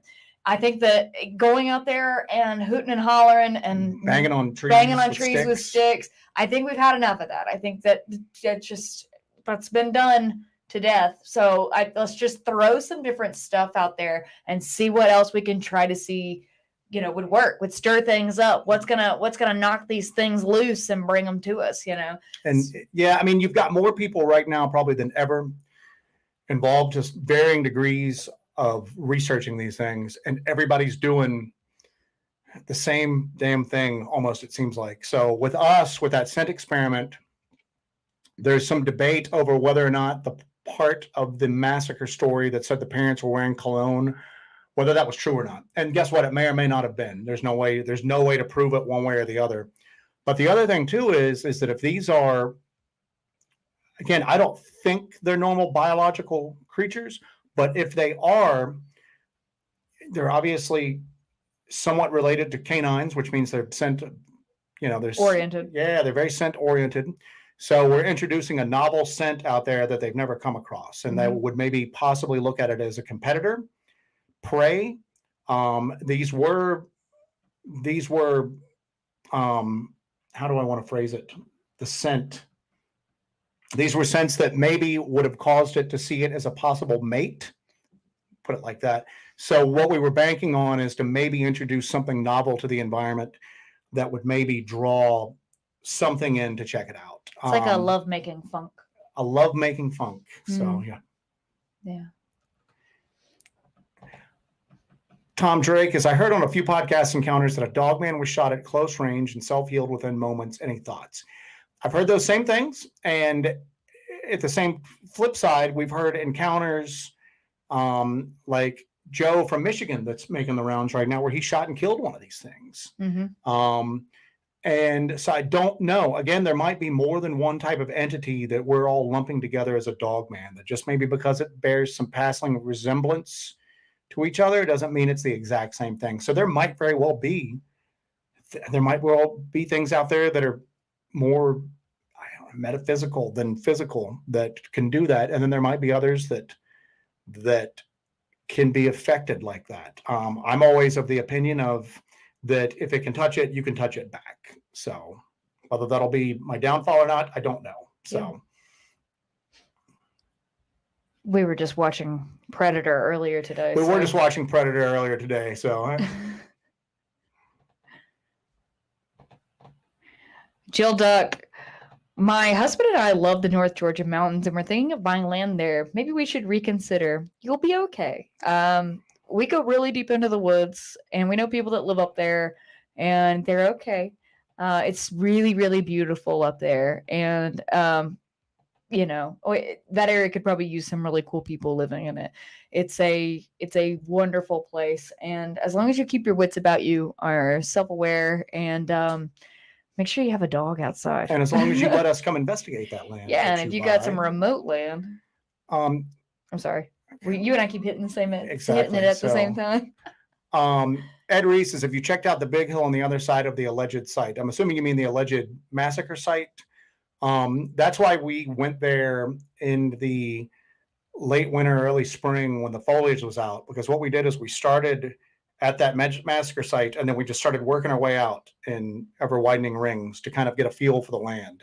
So yeah, all through there we've gone through, and there's a lot more ruins like deeper in the woods that we didn't see when we were there in the summertime, that were not visible because of all the foliage. So yeah, we tried to we scoped out a lot of that on foot when they were there last time. So. Yeah. See, Alan Lassiter says, have y'all found anything up in Western North Carolina? I'm from Western North Carolina. I'm from Haywood County. And I have a lot of family members that tell me really, really strange stories. And we talked about this earlier where Joe said it looked like there was some kind of saran wrap just there. And it kind of had that predator cloaking look to it. And we found some long, strange footprints up there off of Lake Logan Drive, almost up to where the parkway is. And they were really long and really strange. I thought they were two footprints. They were really narrow. Yeah, that they were two footprints that had just joined together like an overstep, but it wasn't. That was a single footprint. We've never seen anything like that before. And if you watch my greatest video I've ever released, A Damn Good Time, that's up in North Carolina. That's off of Lake Logan. So we go up to Western North Carolina a good bit. As Jessi just said, she's from Western North Carolina. I'm from Virginia, up near the West Virginia border. So both of us are from fairly rural areas. And Tiffany Keeling says, you'll get more actively in the fall when animals are looking for food. It's hard for us to investigate in the summer because of the cicadas are so loud. It's just almost impossible to haul everything. We run out of water very quickly and we end up pumping water so much. So when we go out in the fall, it seems like, yes, we do see an uptick of activity, but we're there to see the activity too, more often than not. And we're able to kind of see through the woods. That was another thing he mentioned it earlier when we went to the LBL. We had such a better time going and investigating in the winter because we could actually see through the woods. And there were fewer people there. So actually there was nobody there especially at nighttime, which cuts down on, I mean, people do crazy stuff in the woods. They scream, they holler, they do whatever. There's a lot of audio contamination. Yeah. So it cuts down the audio contamination, and it really lets you get a feel better for the LBL is such a strange place. I mean, before it was very sparsely inhabited by, the people that lived there before the TVA takeover. Yeah. And then the TVA flooded some of it, demolished some of it, and then built their own like little stations on there for the TVA workers to live in. And then a lot of those have fallen to ruin. And now the place is just decaying away at that point. Yeah. So there's just several layers of human habitation there that you get a much better feel for when you are out there walking around on foot. And I'm going to go ahead and drop this right now. We haven't really talked about this openly, but where the supposed RV campsite is, where the family was supposedly massacred in 1982, we've found a garbage heap that's just a few feet away from where supposedly the campers hooked up at. And there was beer cans from like the 1940s and all there. And so that's one of our things that we're kind of trying to look at is that you wouldn't really build a really nicely, you wouldn't dump a lot of money into an RV park, especially back in the 80s when RVs weren't as prevalent. They were more expensive. And not take off the garbage from 20 or 30 or 40 years prior. Timmy's just going to crawl out of the camper and just go play with the old rusted beer cans. But you don't see that when you're there in the warmer months. You have to be there in the cold and just walk. You've got to walk the area. So Stephen Taylor gave you a $5. I saw that. Thank you, Stephen Taylor. All right. Thank you.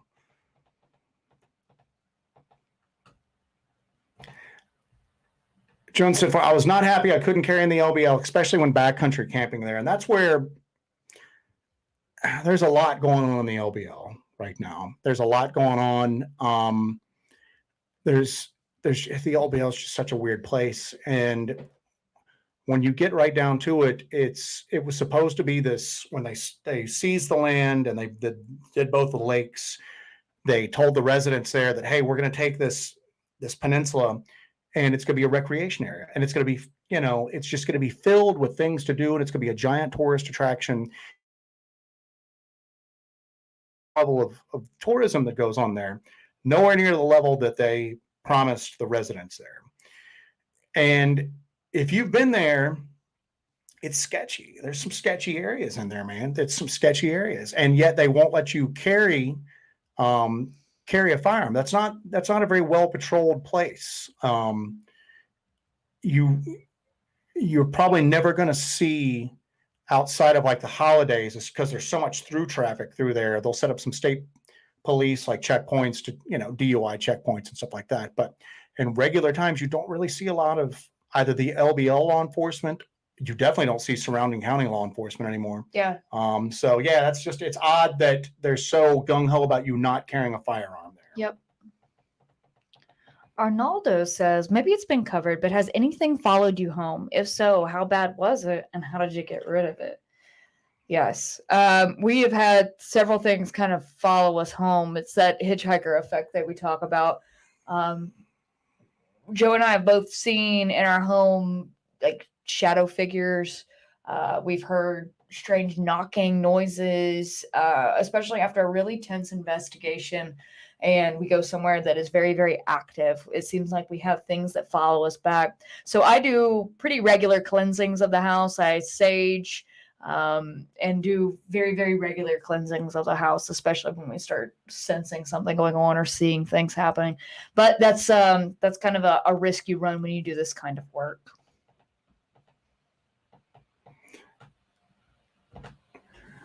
Spooktator Bob, what if the Dogman of the Hounds of Hell, just throwing out suggestions, not saying it's true or false.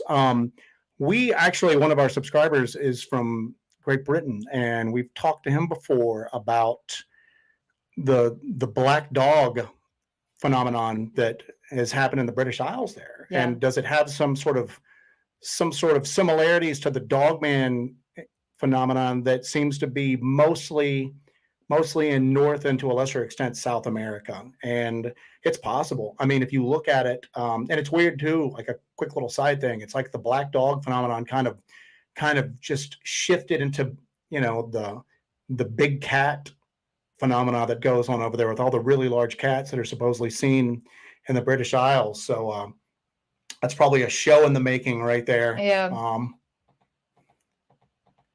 Got one. Robert OG says, have you tried making contact with telepathy to get certain responses while out in the field? No. I am not opening I'm already kind of a lightning rod for a lot of this phenomenon, and I'm not opening myself in that way or allowing anything into me like that. The closest I'll get to that is doing Estes sessions, and that's not connecting. It's connecting pretty directly, but not as directly as opening that line of communication with telepathy. Cryptid and Paranormal Kingdom. Did you guys find out what the backstory was on that abandoned school bus tipped over in the LBL? No, there in that area, in that immediate area, there was a school right before the TVA takeover. Obviously, the seats had been taken out. There was a bed in there, but the bed was on its side. I think that school bus flipped. I don't know when, but then I think some people maybe found it in there and used it as like a hunting camp, basically, like as a hunting shelter. But we've never been able to find anything. Now there is another school bus in the LBL that you can find about online. It's near something called like Ed's Garage or something, where there was a garage before the TVA takeover. And people will constantly go, "Oh yeah, we've been to that bus." Now that's an upright bus. This is completely different. We didn't even know it was there, and we drove past that area several times when we were there in the summertime. It wasn't until we were there in the winter that we just kind of caught a glimpse of it and went down in. But yeah, we've never found out a backstory on that as of now. Yeah. Jonesstead Farm says there's so many gravel side roads all along the trace and many gated. LBL is such a sketchy place. Yes, it is. Not only are you in danger of running into a cryptid there, you're also in danger of running into a very sketchy person or two out there. So if you go to the LBL, please be aware of your surroundings and just know that there's not just cryptids out there. It is a very sketchy place.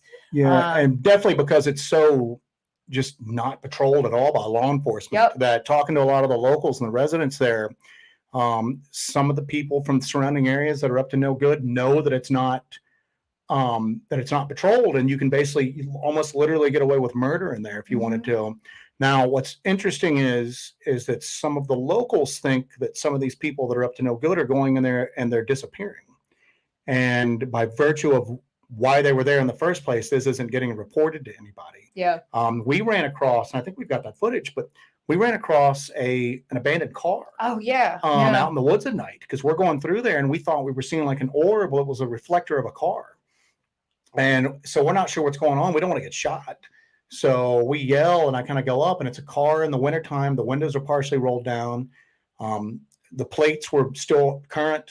It hadn't been there that long. And it was there for 3 days until we left. Mm-hmm. So, and that's when somebody suggested, well, people go in there sometimes to, they're cooking meth, they're doing drug deals, they're, doing all sorts of nefarious stuff. And sometimes they don't come back out.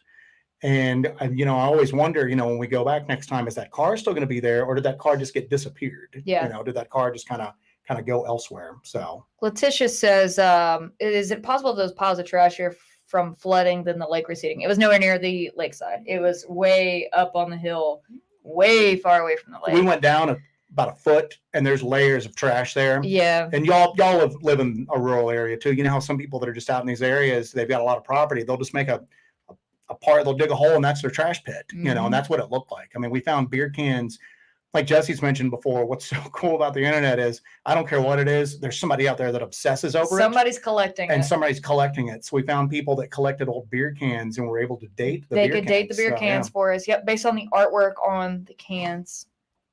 They're like, is there 2 trees or 1 tree? 2 trees. Okay, all right. Yeah.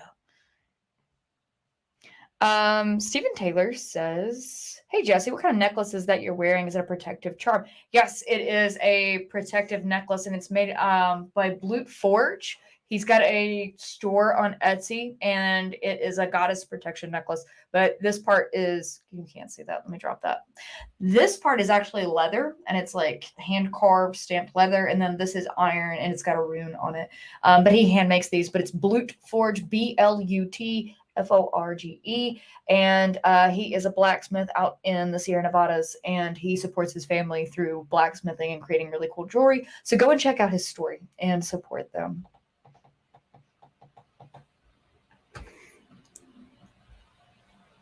Jessi and Joe, do you have your Halloween costumes picked out yet? We're thinking about doing a Halloween live stream and hopefully investigating somewhere where we can actually get We're toying around with the idea of because this region, there's cell towers going up all the time. Where we were talking about trying to go up and check out the Smoky Mountains, where Dennis Martin went missing at, and checking out that area in and around Halloween possibly. But I don't know if we're going to be able to live stream from there or not. It's the only thing. So that'd be the problem. No high-speed internet where we do our investigations generally. Mark Plowboy Green says, have you left recorders in different areas for a day or so? If you did you get much audio? We have something we call drop recorders. We buy these Avistor, they have recorders, and they have metal bodies on them, so they're very durable.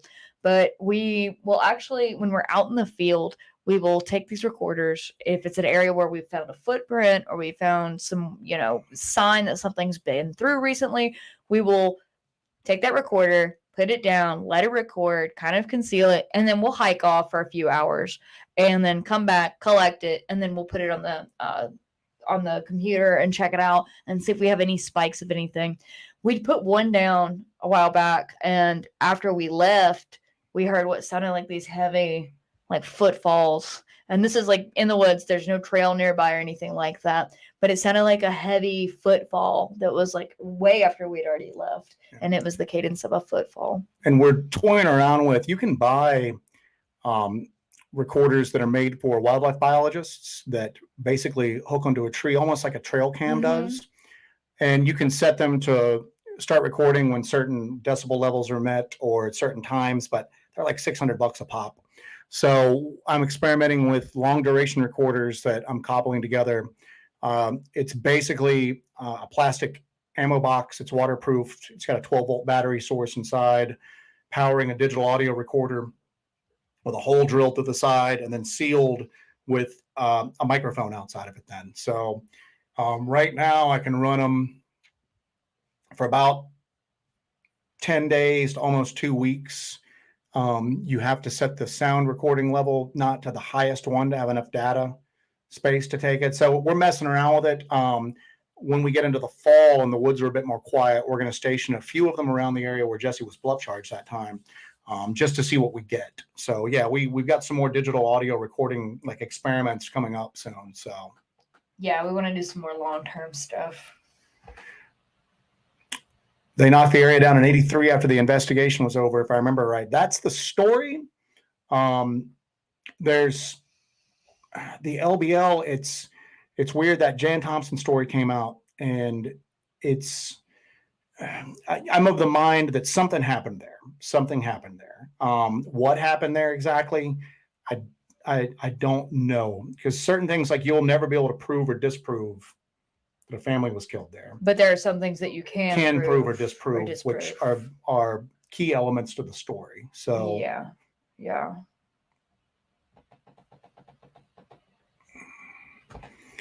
War Criminal 7, what's up, buddy? Anyone recommend a cheap digital recorder? Digital recorders, generally, the less expensive ones are going to have more just like background hiss and background noise, be more prone to malfunction, and they're going to be a little bit, just generally not as good. Now, a lot of the Sonys and everything like that take great, sound clips, but they're pretty fragile. Yeah. We use those at Visters. They're EVISTR or TER. And really good sound quality. They have internal batteries, so they seem to be a little bit more weather resistant than some of the Sony models that we use. We use those for our drop recorders, and you can usually get those on sale for like $30 or so. I generally throw a few in my Amazon cart and then just kind of check on them occasionally to see when they go down in price. So, good night, Dewey. Dewey, good night, sir. We're gonna wrap it up, I think, at 10 o'clock tonight. We can go a little bit after 10. We'll go a little after 10 if you guys want us to. We're cool with that. Mm-hmm. If you guys are interested, we'll carry on past 10. Josh Turner, what's up, my friend? How are you? Hello, Josh Turner. We haven't really spoken to you that much, but thank you again for your hospitality at the Dogman conference. Hell yeah. We are spirits, and so are these creatures. You're not dealing with simple flesh. I agree with you 100%. Agreed. These are not monkeys in the woods and evolved wolves. These, if there is a flesh aspect to them, there's also an equal spiritual, metaphysical, whatever you want to call it then. Alan Lassiter, do y'all take plaster out when you research? We're not really big on casting prints. We're usually miles from the vehicle. So carrying it, I mean, it's always a juggle to carry everything we need. One print we found that was so unusual, we tried to cast it, was a 4-toed print that we found in North Georgia. Mm-hmm. We've actually got a video 4 toes deep, and I cast it. We cast it. I successfully casted that. But then you've got to wrap it and carry it out in your pack, joggling, with all of like your equipment. So we're not big on casting prints. We usually try to document them with like photographs, but we went out one time, and I have the footage of this, but I've never edited this footage together. But we found an amazing print. We were so far out there. We were just miles and miles deep in the wood, away from the truck, and we found this amazing print, and the sun's going down. We had some casting material on us, and I was like, let's do it. Let's cast it. We got to cast that thing. It was so big and so deep. It just sucked up all that casting material, and we were just like, this is such a bummer. It was such a bummer. We just can't carry all of that casting material with us. We already carry all of our equipment, all of our water, and we go in and we hike miles and miles into the woods. So it's very difficult to carry casting material on top of that, and as sad as it is, but I try to document any kind of prints that we find as much as I can with all of my cameras. But yeah, it's just sad. I wish I could carry casting material, but it's just not. It's a logistics issue as much as anything. Okay. Mikey Zeman, most of the Dogman sightings I've read, witnesses describe what they saw resembled the werewolf in the Van Helsing movie. There was a report that one resembled a hyena. Have you ever heard of this? I've been tracking hyena stories in the Southern Appalachians for about 10 years now. Mm-hmm. It's something that you don't really seem to hear about anywhere else other than parts of Oklahoma. And the way we get a lot of our stuff is that we will, when we're looking for like areas to research, we don't really necessarily go into cryptid groups on like Facebook or anything, although we do that some, but we'll go out and we'll look at like message boards or discussion forums that are for like outdoor activities, usually hunting, rock climbing, fishing, hiking, geocaching, stuff like that. So we go out and look at those, and we just look for those people who aren't really into this subject, but who will go, hey, has anybody ever had this happen to them before? I just had the strangest thing happen. So I was in a hunting forum about 10 years ago. Mm-hmm. And there were two guys. One guy was talking about something he and his brother had killed while they were out hunting. Now, it was never stated, but you got the feeling that him and his brother were out poaching at night, and they killed what they thought was a hyena. His brother freaked out because he thought they were going to get in trouble, and like ended up burning it and then burying what was left. And there were a few people on there talking about these hyenas that they had seen in this general area. Barton Nunley has had a sighting of something that looked like a hyena, if I remember correctly. And it's weird because it only seems to occur in this area. It doesn't seem to have any sort of like what we would consider like supernatural aspects to it. But it's weird because it doesn't seem like it's quote unquote here all the time. I've seen a few reports of it out in Oklahoma as well, but it's just one of those things that never seems to gain traction like Bigfoot does at that point. So, Regina Davis, welcome back, Regina. It's nice to see you again. Have you ever went to the Shaw Branch area where the old Girl Scout camp used to be? Had a scary experience there back in 1987. Regina, I'd like to hear about that experience. We've actually never been there. I'd love to check it out. We're always looking for new areas to go and explore. Regina, if you want to email us that experience, I'd like to hear about it. That's kind of, that it's an old Girl Scout camp is creepy in a way for me. I don't know why.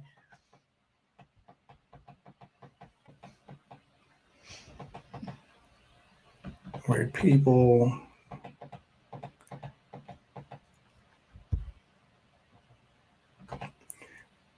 We've got a video coming out that we're actually overdue on for the LBL that is just about when we went there after the Dogman conference. We dipped into the woods that night and then followed up during the daytime the next day. It was really brief. But then we're going back, like I said, as soon as the weather gets a little colder, we've got some stuff we want to try there. We're going to hook up with some people and possibly go investigate some different areas at that point. So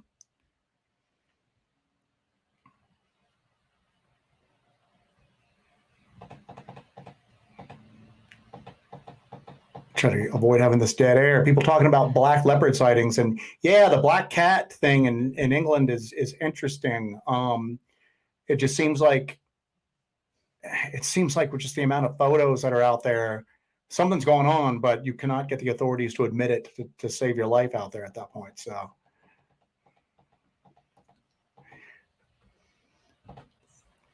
on the same thing, British Special Spooktator Bob, Special Forces were sent out to try and locate the black cat haunting the UK in the 90s. Yeah, I remember that story. And if I remember correctly, Bob, you can correct me, but they reported seeing it, but they never got a shot at it. But these guys actually came out going, yeah, we saw these things in there. So, and obviously there's a certain level of risk, you know. I mean, you just don't send out British Special Forces for nothing at this point, you know. Yeah. This is a completely made up story. Let's go ahead and send some special forces out to investigate it. So.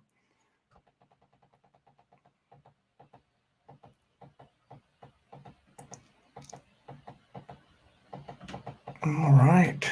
I know. I'm scanning through here. So stories about that's your neck of the woods, not mine. Dismal Swamp. So. Oh, that is not in my neck of the woods. Is that up higher? No, that's northeast. I am definitely in the western part of the state. I hear a lot of stories about Dismal Swamp. People kind of mention it a lot. It's we've never been there. There's an old inn in North Carolina that we've been invited to come and investigate. We've never really done a haunted house investigation, honestly. For paranormal investigators, we've never done a traditional haunted house type investigation. Haunted houses are boring to me. Yeah. I mean, a haunted house, you're there and you're in four walls, and if it gets too bad, you walk out the door. Yeah. And you're okay. I mean, usually when you're 10 miles away from your truck in the woods is when it's really scary. When it's really scary. But we got invited to come up there and check out like an old inn up in North Carolina in that area, I believe near Dismal Swamp. I would love to go to Dismal Swamp. I'd like to do a little swamp investigation. We're talking about going down to Scape Ore Swamp down in Bishopville, South Carolina, and checking out the Lizard Man legend. So I think we're definitely going to do a swamp expedition soon, which is going to just take us right back to Louisiana. Nathan Bebo, what are your thoughts on connected intercontinental cave systems and underground oceans and ecosystems? it's weird because we haven't really spent a lot of time underground, like researching this stuff, but there's something to be said for that part of the accounts that always talk about how these things exist in proximity to like caves, mines. One of the places in North Georgia that we go to that's really active, we ended up finding that there was an old asbestos mine up through there as well that we didn't know existed when we were up there. Definitely, there's something to be said. I think that at least some of these creatures that people are seeing and experiencing live underground, and they come out every so often. And I think the cave systems are more interconnected than a lot of people really know. And that I think definitely, I mean, I think it's a perfect habitat for some of these things to live at and just not get discovered. And that might be why we don't see them all the time. Maybe these things aren't like interdimensional. Maybe they're ultra terrestrial. Maybe they're like subterranean, that they're living underground at that point. So everybody's talking about the denial of the Panthers. I swear that is such a common thing in the South, is like everybody's like, I've seen one, my daddy's seen one. Yes. I mean, the Forest Service and Fish and Game can deny it all they want. There are mountain lions and black panthers in the South. They're there. I don't know about this, but a Wild and Weird show. Coyotes? I'm trying to remember. Yeah, I'm trying to remember. It's been a long Monday. I'm a new subscriber. We had a couple of sightings and encounters in Bandera, Texas, around Lake Medina. What part of Texas is Lake Medina? And we have a friend of ours, Aaron Dees, who runs Hey Strangeness podcast, is actually releasing a book on the Texas Dogman. Yeah, and we've had a chance to look at some of it, and it is exceptionally well researched. Yeah. If you've had some sightings and encounters, reach out to us at hellbentholler.com. I'm sorry, hellbentholler@gmail.com. Yes. And reach out to us there, and we can put you in touch with Aaron. He's collecting Texas Dogman stories. There's a lot more going on there than what I think a lot of people really anticipated. So yeah, our contact information is below right there in the ticker. So you guys can email us. Spooktator Bob, the Shunka Warakan, the hyena-like creature reported by Native Americans. Yeah, that, and then, but there's been some coyote hunters out in Oklahoma that have reported running into these hyena-like things. So there's still something going on. Are they upright or are they on? No, they're on four legs. Just they're on 4 legs. They're usually encountered in groups of 3 to 4. So not singly. Are they described as brown hyenas? No, these are more or like strand wolves? No. They're more like just spotted hyenas with like the ruff and just extremely aggressive, extremely just ugly. So everybody talking about everybody's got mountain lions, man. So yeah. Somebody asked about Letitia, check out hyenas in Kentucky. Yeah, I know. If I remember correctly, Barton and I talk about such a wide range of stuff that it's hard to keep track sometimes because we literally get on the phone for like 2 or 3 hours. You and Barton are just girls just gabbing. Just 2 girls having a gab.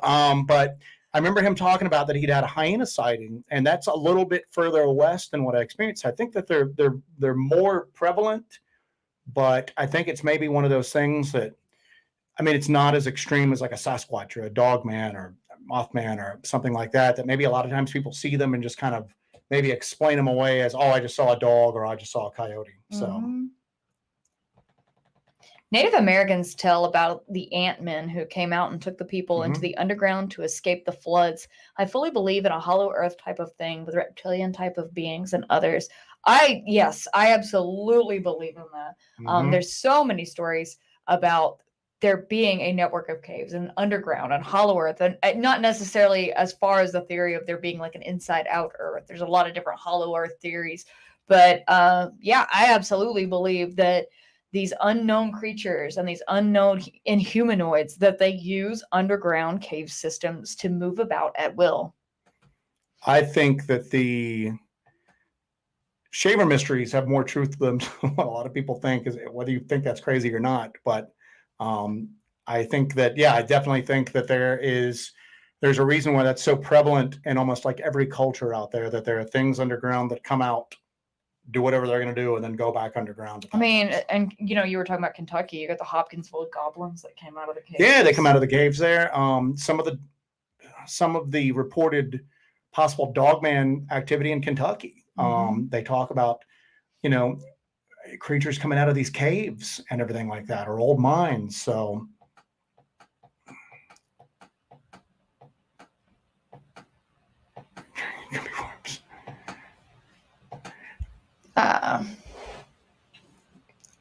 No and no. Jersey Devil, we've never been in that region.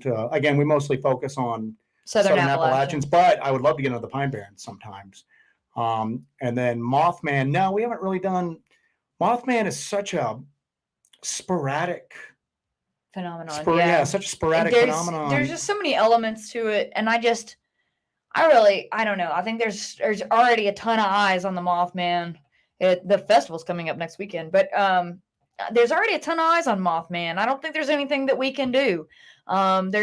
We can't go in the woods and look into Mothman. It was a kind of a city phenomenon, wasn't it? Well, now, yeah, but the whole flap was in the area outside of the town of Point There's been a lot of road sightings in rural areas. But that's just it's so sporadic, and it doesn't really seem to follow any pattern, that it would be really difficult to get out there. Dead Radio Live, Starlight Ice. That's a long one. Judicola Rock is this shit. Yes, it is. We went to Judicola Rock several times. My dad actually grew up on the other side of the mountain from Judicola Rock. And there's a lot of theories on Judicola Rock. Is it an ancient star map? Was it put there by the Cherokee Little People? Is it a dedication to the mountain giant Judicola? Is the seven-fingered hand a handprint of the mountain giant, or is it an extraterrestrial's handprint? Who knows? But Judicola Rock is pretty amazing. It's a it's at about a 45-degree angle sticking out of the earth, and it's about 20 feet, 30 feet wide, about 15 feet tall, and it's carved soapstone, but it's beautiful. If you're ever near the Cullowhee area of North Carolina, go check out Judicola Rock. Alan Lassiter, how would someone go about finding someone to take them researching? That's difficult. I mean, our big thing is always, we encourage more people to go out and do this. My one, if I had a gripe about this, it's that so many people that are involved with the actual research of it try to act like they have some sort of like forbidden hidden knowledge that you just can't know about. And you know what, as long as you can do it safely, and as long as you can physically do it, and as long as you approach it and with, all the due caution that, know how to take care of yourself. Like Jessi this weekend won't be available to go out. She's getting her wilderness first aid certification, renewed at this point. So do it safely. But I mean, we always encourage people to go out and try to do it. Yep. But that's the stumbling block for a lot of people. We talk to people all the time, who are just like, hey, we want to go out with you, but they're going to like an organized campground, like a KOA. And, there's nothing wrong with that, but that's not what we do. We like going into really remote places and just the two of us, because we think that increases your chance of maybe encountering some of this weird activity. But like I said, I don't know. I mean, you could check around on like some of the Facebook groups and all that. It's just that it's sad because, more people want to talk about it than actually do it. But I think that's changing. I think more people are getting off their, And I hope you guys have seen that we're here to answer any questions you have about gear or getting started or what to do to kind of, I did a presentation last year at Wild and Weird Con where I basically walk you through getting started researching and how to research and like things that you maybe didn't think of that we thought of and have kind of learned the hard way over the years. I included that, and I might eventually make that a video and release it. I'm not sure.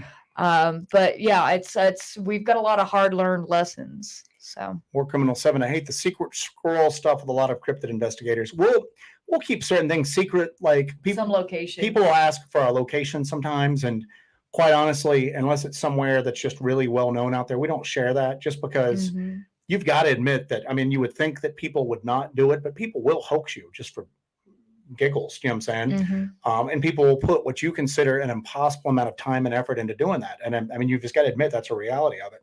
So we'll be kind of quiet on some of our locations. We're definitely, if people tell us things in confidence, we don't share that. Um, on our other live stream, when someone asked about if we had ever had conversations with federal, state, or local officials, and I said that I can't really even talk about because I don't want to dance around it and maybe say something that I shouldn't. Yeah. So there's that goes on. But this whole thing about just like, it's just that people can get involved in this regardless of your background, and make some headway. And the more people we've got looking into this sort of stuff, the closer we are to maybe getting some answers, or at least maybe figuring out the right questions to ask. Yep. And it's just a lot of people, unfortunately, want to feel like they're part of some like secret club, as opposed to like, if you're really interested in the truth and you're really interested in trying to determine what's going on with these phenomena, how could you not want like more people looking into it? Because we're going to get closer to answers the more people we have looking into and more people this. with completely different ideas than what you have. And perspectives. I don't need to be surrounded by a bunch of people telling me how right I am and trying to investigate it the exact same way. We do some stuff that other people look at and just go, that's ridiculous. Good. I mean, good. I mean, I always say we like take like almost like a holistic like approach. We try to approach it from like every angle, even angles that I think are going to fail. Well, at least we've ruled that out at that point then. So yeah, like I said, I'm, but you know what, at the same token though, let's look on the positive side, is that over the last few months, I think you're starting to see some people really kind of coalesce together. You're starting to feel some new energy involved in the research of this stuff. And you know what, we even go back and forth on that. We don't even like to call ourselves researchers anymore. We're like investigators if we're anything.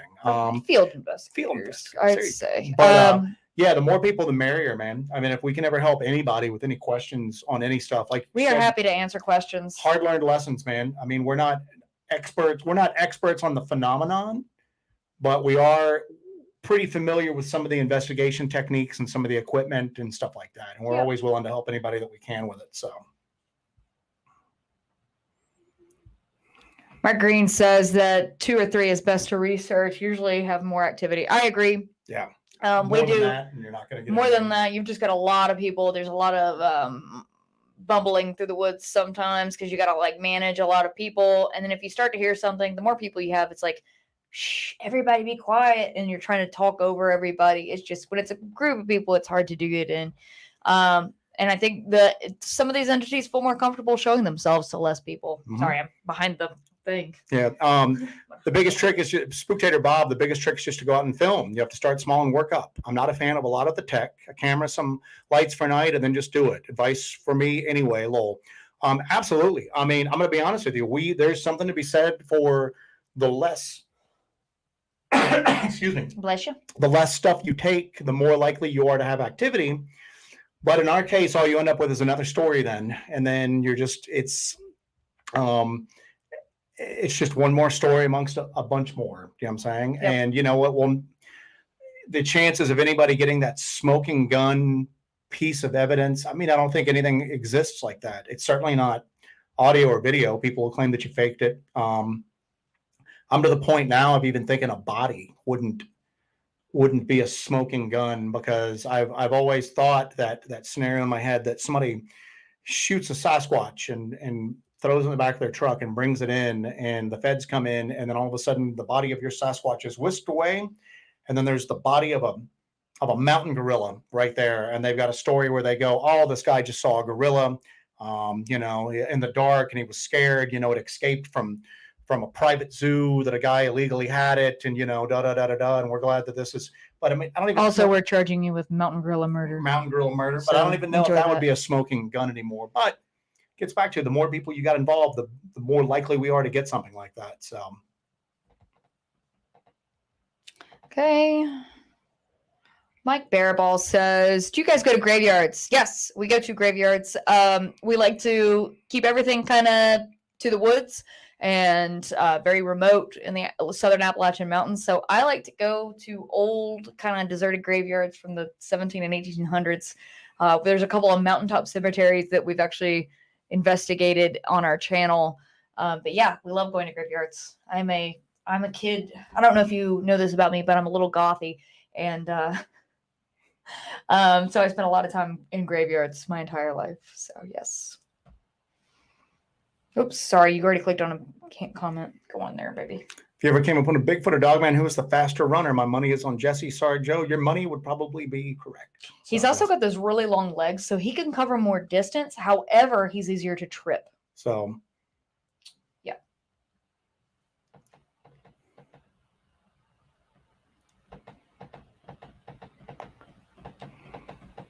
Scrolling through.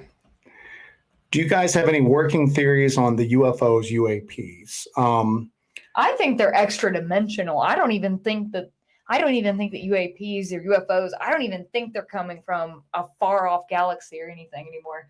I think I used to subscribe to that, but now I think that they're extra dimensional. I kind of like the theory that they're us from the future in a different dimension. I love that. I like to kind of roll that around in my head, but I think they're extra dimensional. I had a sighting of something in the night sky more than a couple of decades ago in Atlanta, and everybody on the road pulled over and was looking at it. And my first thought was, we're being invaded, but not by aliens. That we thought it was like a warplane or something like that, like a bomber. That was weird. And then my next thought was, it's some sort of experimental aircraft from the air base. I think it's Donaldson Air Force Base. It's right there in Atlanta. I was never someone who gave a lot of credence to UFO stories. I'm not saying I didn't think that it didn't exist. It's just that the topic didn't interest me at all. Excuse me. Over the last few years, that's changed a lot as like the slow roll UAP disclosure had started to take place, because it's right there in your face. Something that the government has been telling you for years you're crazy to entertain is actually going on. And they've actually known about it the whole time.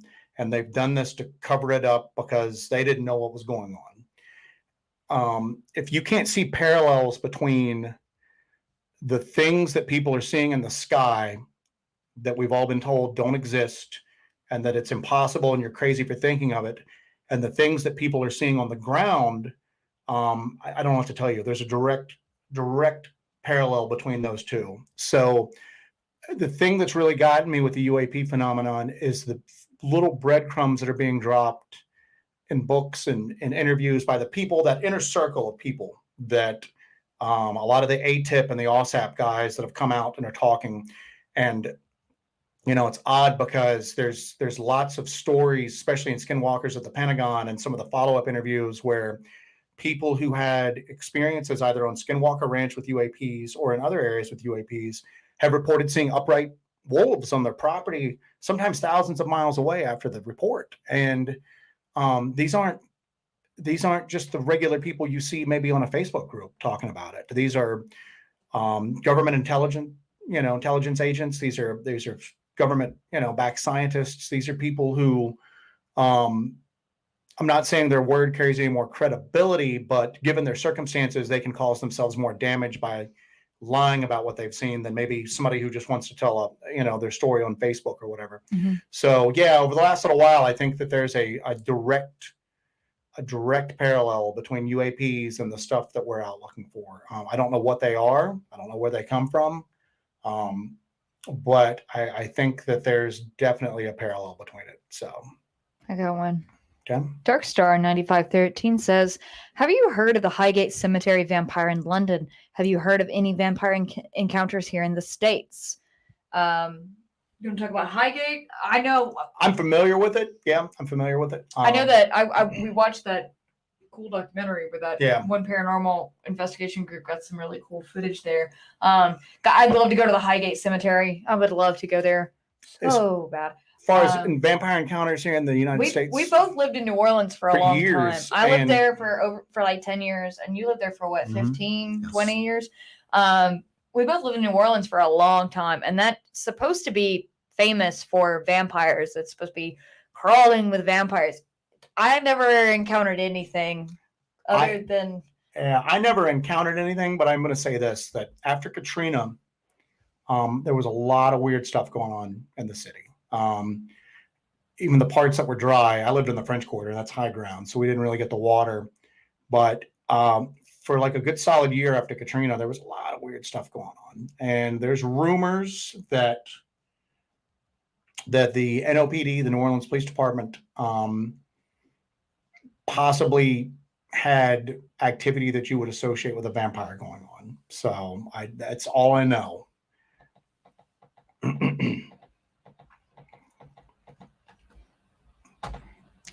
Ozzy Baza, I'd like to have a couple of your Hellbent Holler patches to support you guys. We didn't really do those up. We don't really sell a lot of stuff. We make t-shirts up to give away at events and stuff like that. We might, if there's any interest, getting up some patches done. We made a few for us just for our hats and everything like that and our packs, but that's something we might look at too if anybody's interested in it. I wouldn't really see where we'd really do it for a profit, but basically, I mean, they're not cheap. The ones we got made up, they were pull patch patches, so we didn't get them made in bulk. We just we ordered them and they were pretty pricey, but maybe we're going to look into getting something like that done then. So Sharon Lane replied to Pork and Beans, psychic vampires are old school. I believe in psychic vampires for sure. Dion Fortune has a really great book, Psychic Self-Protection, and it's about psychic vampires and how to protect yourself from them. And it also lays out how to protect yourself from evil spirits or evil entities or mental trespassers, whether they be of the flesh or not. So it's a good read. It's Dion Fortune's Psychic Self-Defense. And yeah, I think that in all of our lives, we've experienced psychic vampires. We've experienced those people that can just drain us physically and mentally just with their sheer presence. So whether they are aware of their abilities or not, but for sure, I believe in psychic vampires. Extra dimensional makes more sense than space because how long it takes to travel through space. Even light takes years to travel through the universe. One of the things that they've hinted about, and this came out recently, there was the guy that runs the Black Vault was doing Freedom of Information requests, trying to get video from the U.S. Navy for other UAP stuff beyond the ones we've already seen. Tic Tac, Go Fast, Gimbal, the ones that have been released out that you see ad nauseum out there. And the U.S. Navy responded that pretty much any UAP or UFO military footage would be considered classified for national security reasons. Now, a lot of people that are trying to debunk this instantly kind of latched onto it and said, well, that's because it's our tech. These are next generation drones and fighters that we're flying, and no, I don't think that's it. I think what it is, however, is that we are getting some of this stuff on some of the instrumentation and sensors that we have for other stuff, like maybe detecting like intercontinental missile launches. And I think that they don't want to put this footage out there because it could show the capability we have to sense this thing to some of our adversaries, some of our regular, like earthly adversaries. So if you look at some of the sensor technology they're talking about, a lot of that's space-based. So I think a lot of it is in near space, but I don't think we're getting stuff, like you said, coming from 1,000 light years away, and we see it approaching almost like we would a comet or a meteorite or anything like that. And the big thing to look at this too is there's always been two camps in the, let's just say UFO, because that's what it was called back then. There's the extraterrestrial hypothesis, and then there's the interdimensional hypothesis. Jacques Vallée was always a big proponent of the interdimensional hypothesis. Well, if you pay attention to it, Jacques Vallée is pretty much the flavor of the month with a lot of the government people that are involved with UAP stuff, or former government people that are involved with this. He's obviously a proponent of the interdimensional hypothesis. So I think that if they thought that these were spacecraft that had launched from another planet and then entered our atmosphere and everything like that, they would have somebody who was with the extraterrestrial hypothesis kind of leading the charge. And it seems to be the opposite. It seems that the people that are involved with it all hint at it being a lot weirder than just spaceships from another planet. Yep. So, do you want to take this to 10:30? Yeah, let's keep running for a few minutes. We still got like about 100 people in here. So cool. See, everybody was not everybody. Some people were like, oh my God, you guys went for 3 hours last week. So we were just like, okay, we'll try to limit it this week, but you guys are still coming at us with questions. So Alan Lasser, did y'all carry hearing devices? We We have a parabolic microphone, parabolic dish with a microphone and everything. So the setup for that, it's a Wildtronics parabolic dish and microphone setup. And it's actually used for bird watching and nature observation. So it's super light. It's very compact. It's actually easier to carry than a lot of the parabolic dishes that we've seen elsewhere that are metal. It's smaller though, so that means that the range is a little bit compromised, but we can't strap some of the larger ones to our packs and carry them through the woods. So we usually use that parabolic microphone with just when we're doing stationary setups, when we're doing kind of stakeouts, and we did those we did one of those a couple of weeks ago. But yeah, we use it for more of a stationary setup because it can be a bit awkward to haul the dish around. And we usually hook that into our H4n Pro Zoom recorder. That way we can get a high quality recording of whatever we get on that parabolic microphone. I think a lot of people use that plastic little handheld one. Yeah. You can get off Amazon, and we actually ordered one of those a while back. And we're like, this doesn't do anything. So we actually got that Wildtronics one, and it's done very well for us. Yeah, we haven't caught anything on it yet. Because here's the deal: we got it. We heard some almost like the samurai chatter that you hear from the Sierra sounds, but it was higher pitched. We've talked about that in the past. It was near where we found some small, like childlike bear footprints on the North Georgia mountains in the wintertime. And we couldn't quite pick it up on anything we had. So that's when we went to get the parabolic. The only thing is that it's to get a recorder that does pretty well with it. It's really power intensive. So you have to have a backup battery source, and it gets really bulky and cumbersome. So it's almost, you have to set it up stationary. So, and we do most of our best stuff when we're on the move through the woods, just seeing what we can kind of shake up. So, it's going to come in handy one of these days, but right now we got it. We've deployed it before. We haven't gotten anything with it yet. So, but it'll come in handy. It's definitely not a piece of equipment that we would haul through the woods like we do everything else. It's a little more cumbersome and bulky. It's very light. It's like a composite material, but it's more awkward to carry than any of our other equipment. So we have it in a case, and we do it for just stationary setups generally. What do you think about the Amarillo Zoo Dogman footage? God, I don't know. I don't think it was a publicity stunt. I just don't think it was. I think they panicked after they got such a response, and then you know. But looking at the legs of it, I mean, again, you start going, that's impossible to be a dogman. Well, we don't have a dogman in a freezer or on in a cage to compare it to. The legs, to me, it looked like somebody with a mask. I don't know, but I don't think it was a publicity stunt. But here's where I get to with it is that, and I'm probably reading too much into this, this is a zoo. It's a small zoo, but it's a zoo. You would assume that a zoo would have a security system where their security guards could monitor the zoo in real time. Okay. Keep people from sneaking in and getting into the lion cage or whatever. It's weird that they had game cams pointed at the perimeter like that. It seems like if they're watching the perimeter, I mean, I could see game cams maybe being used on internal enclosures that were large, maybe just to kind of monitor like animal behavior and everything like that they don't need to watch in real time. It's just weird. The whole thing was weird. Like, why was there a game cam pointed at the perimeter? I mean, if I remember correctly, the model of it, you could monitor it via cell phone, but that just doesn't seem something about it just seemed off. And I don't know whether that means that it was a hoax, or maybe they'd been having some weird activity on the perimeter of the zoo and they were trying to capture it, and that's what they came up with. I don't know. But and it's weird again because you never got any resolution to it. So I don't know. So I got one here. Rob S says, ever see evidence of little people in the wild? Yes, absolutely. I think in our first video, we have a tiny little footprint that we found up in an outcropping, a little small, very shallow cave. And that's in a very, very wild area on the border of South Carolina and North Carolina. And we found these small footprints in multiple locations, and we'll find them really, really deep in the woods and in the winter. So unless somebody has a very small child way out in the woods where they shouldn't have a child in the middle of the winter, I don't see a logical reason for why these footprints are out there. If you read Mary Joyce's book, Little Cherokee Little People Were Real, there's a lot of stories about finding evidence of these little people around mining sites and areas where there were mines.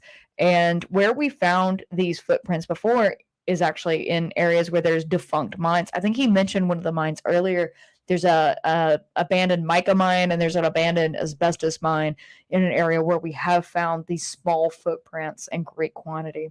So it's I don't know. I think it's definitely a possibility. There's been stories of these little people going back for centuries. So I think it's absolutely a possibility. Cryptid Critters. Hey, I know you. Have you had any recent baboon devil monkey reports? No. We've had some reports over the years that could match up with that. Nothing recent. Mostly what we've been getting lately is like Dogman reports. Yeah. And I don't know if that's just because we've become associated with that topic or we have, and or if the activity is increasing, which I think it is. So, but yeah, not much on that front. So I think the only devil monkey we know is our cat, Thomas. Yes. So, a lot of stuff on wormholes. Yeah, war criminal. Tennessee has had a lot of dog fatalities lately. We got into that, I think, before you got into the chat. There's a lot of people getting killed by dog attacks, and we posited earlier that might just be kind of a cover-up tactic, because that's these are gruesome scenes, and I think that's a explanation you can give the general public and they'll accept it. And it's the way that these cases are handled. If you look at the Waddy werewolf outbreak in Waddy, Kentucky, I can't remember what the local animal control officer's name was, Rusty something or other. When this first happened, when all these animals were being attacked and the mother and daughter were attacked, and if you're not familiar with the Waddy werewolf, I'm not going to go through the whole thing there, but it was just an outbreak of basically strange animal attacks on people in and around Waddy, Kentucky. And the animal control officer was adamant about the fact that this was unlike anything he'd ever seen before, that it wasn't a dog. He didn't know what it was, and he was just baffled by it. And then as it got some exposure and then as some outside agencies got involved with it, his story just all of a sudden just changed on a dime. Oh, yeah, these are just stray dogs. But I mean, it's just, he went from, it's not strange dogs, I don't know what it is, to, oh, yeah, it's just strange dogs. Nothing to see here. Everybody just move along. And the other thing for the dog attacks that seem to happen is that, especially the ones that we've been following closer, some of the people that are in the area, and I'm going to be kind of careful how I phrase this because some of this, I'm not sure how much they want released, but one of the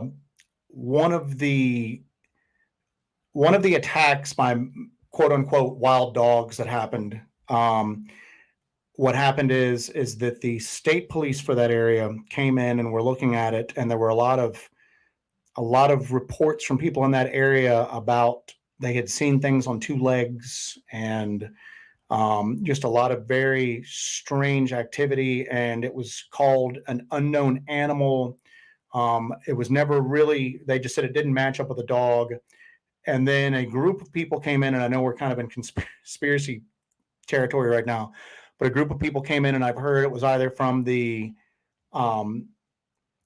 were not from the state Fish and Wildlife, but some people were told that they were from the health department for some reason. Other people were told they were from like the USDA that handles like the Forestry Service.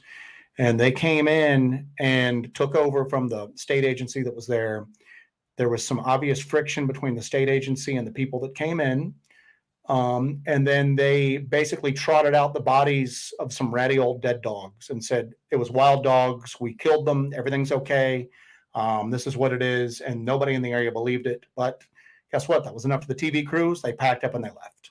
So there's definitely more to, and I encourage anybody that comes across a story like that, do a little digging, don't just read it, kind of do a little digging, see what other sources they are and kind of look into it. And if you come across anything weird, let us know. So. Oxkira says, what do you suppose is the reason for the activity increase, or is it just more availability to share reports? I think it's a little bit of both. both things. I think that the activity is actually increasing, but I also think the availability to share reports and that people are finally realizing that people are having these experiences. They're not crazy just because they had an experience like, oh my God, I saw a dog man. I saw this. I saw that. I saw, a 9-foot tall, what looks to be an ape running through the forest, you're not crazy. These are things that are happening. I think people are able to connect with other people who have had these experiences or know about these creatures, and they feel more comfortable sharing their experiences. So we hear more about it. At the same time, I think that maybe a lot of people putting their eye on the subject, especially with the Dogman phenomenon, I think with a lot more people getting interested in it, somehow I think it's almost having a tulpa effect in a way to where it's really gaining steam and gaining some sort of energy and power by more people being interested in it, more people looking at it. It's sort of, because I honestly believe I don't want to say these are cosmic beings, but these are certainly not just dogs that are highly evolved or running through the woods. These are a paranormal force, and I think that somehow they draw energy from the populace at large just by no. And if you, I'm agreeing with you. I'm just saying Oh, no you to just that. said no, okay. Well, I'm saying the evolved dog thing, Okay. which is what people sometimes kind of use as an explanation for Dogman. If you really think that is, why would they evolve to stand up? They're predators. They don't need to reach low-hanging fruit that gets higher and higher. They evolved to see over the brush so they could track their prey. And that doesn't, no other predator. You don't see lions or tigers or anything like that. You don't see any canids. You don't see any like felines doing that. Why would you expect that from canids? It just doesn't seem like it makes sense. Especially in the North American forests where it's just thick brush anyway. I just don't think the evolution thing is it carries any water. I'm not saying it's impossible. I'm just saying out of all the theories, that doesn't really do anything for me. Grace W, glad you brought this up. The media always tries to distract people by assassinating the victim's character too. You see this a lot. Yeah, especially these people who are vulnerable people of society. They will be like, oh, well, she used to be on drugs. It's like, okay, what does that have to do with the crazy in China here? One lady, they focused on the shoplifting charges she had a few years ago. And I'm like, what? How does that have any bearing towards the fact that she was supposedly just ripped apart by? That has nothing to do. Why are you introducing that into the story other than to maybe just kind of, I don't know. It's like, are they saying she deserved to die like this? Yeah, they're trying to marginalize her to the point so people shoplifted a box of tampons 10 years ago. You don't see that with almost anything else other than these animal attacks where they just try to trot out some little unrelated factoid about their life to kind of paint them in a bad light. Yeah. One lady that was in Oklahoma, if I remember correctly, they mentioned that her toxicology came back that there were no drugs and alcohol in her systems, but she was a known alcoholic or that she'd had a DUI or something. And I'm going, what does that have? If somebody gets, if somebody's hit by a car crossing the street, do they bring up the fact that, they lost their license because of speeding tickets 10 years ago? It's irrelevant to the story, but it's a common occurrence that doesn't seem to make any sense at all. So.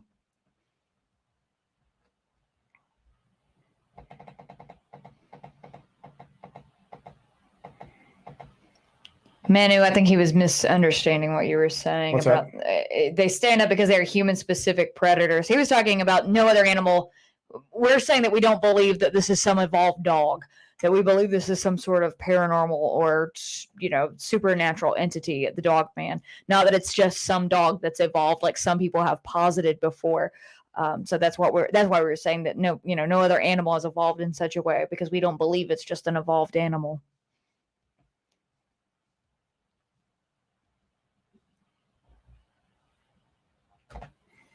Or criminal, exactly. The drug addicts and homeless are throwaway people. And again, how much of that's going on that's just never reported, that doesn't make the papers, or if it does, these are people usually with no families, especially with the homeless situation. Nobody's digging into how these people died. Yeah. It goes hand in hand with the thing in the LBL where some of the residents down there told us that they thought that some of the people that were going in there for nefarious reasons were going missing, and it wasn't being reported or wasn't being covered because these are people who were, they live a life of crime a lot of times. So, another something in a similar vein was, that area has had some bad tornadoes over the last couple of years. And apparently the homeless population there, people that previously had homes, now had no homes to live in. Some of them were basically living in the LBL, especially around the corners there. And I think it was it Regina Davis last week who was telling us that there are so many people who are just homeless in Kentucky as a result of those tornadoes sweeping through in December. And at least 2 people have told us that they think that some of the people that are going into the LBL to kind of low-key live because they have nowhere else to go to are going missing, and nobody knows where they're at. And nobody notices because these people are already on the fringes of society, and nobody notices because it's like, oh, well, Jan had a drug problem. She's probably off somewhere. They hunt humans as their main source of energy. Yeah, that makes sense. Yeah. That makes sense. So I'm sorry we misunderstood you there. So congressman or man or woman has a DUI. Exactly right. Like I said, again, it's a weird little element that I'm glad it's jumped out to somebody else, because I've constantly gone, what bearing did this have on this case here? And the only person I didn't really see it with was the one case in North Carolina where an older lady was out. I believe she was a retired doctor. But even then they said something weird in the article, and I'd have to go back, but I was just almost like they want to character assassinate her right now. But I guess she's so well liked in the community, this isn't the typical victim that they have to deal with. Yeah, it won't stick. So it's like they didn't quite know how to deal about it. So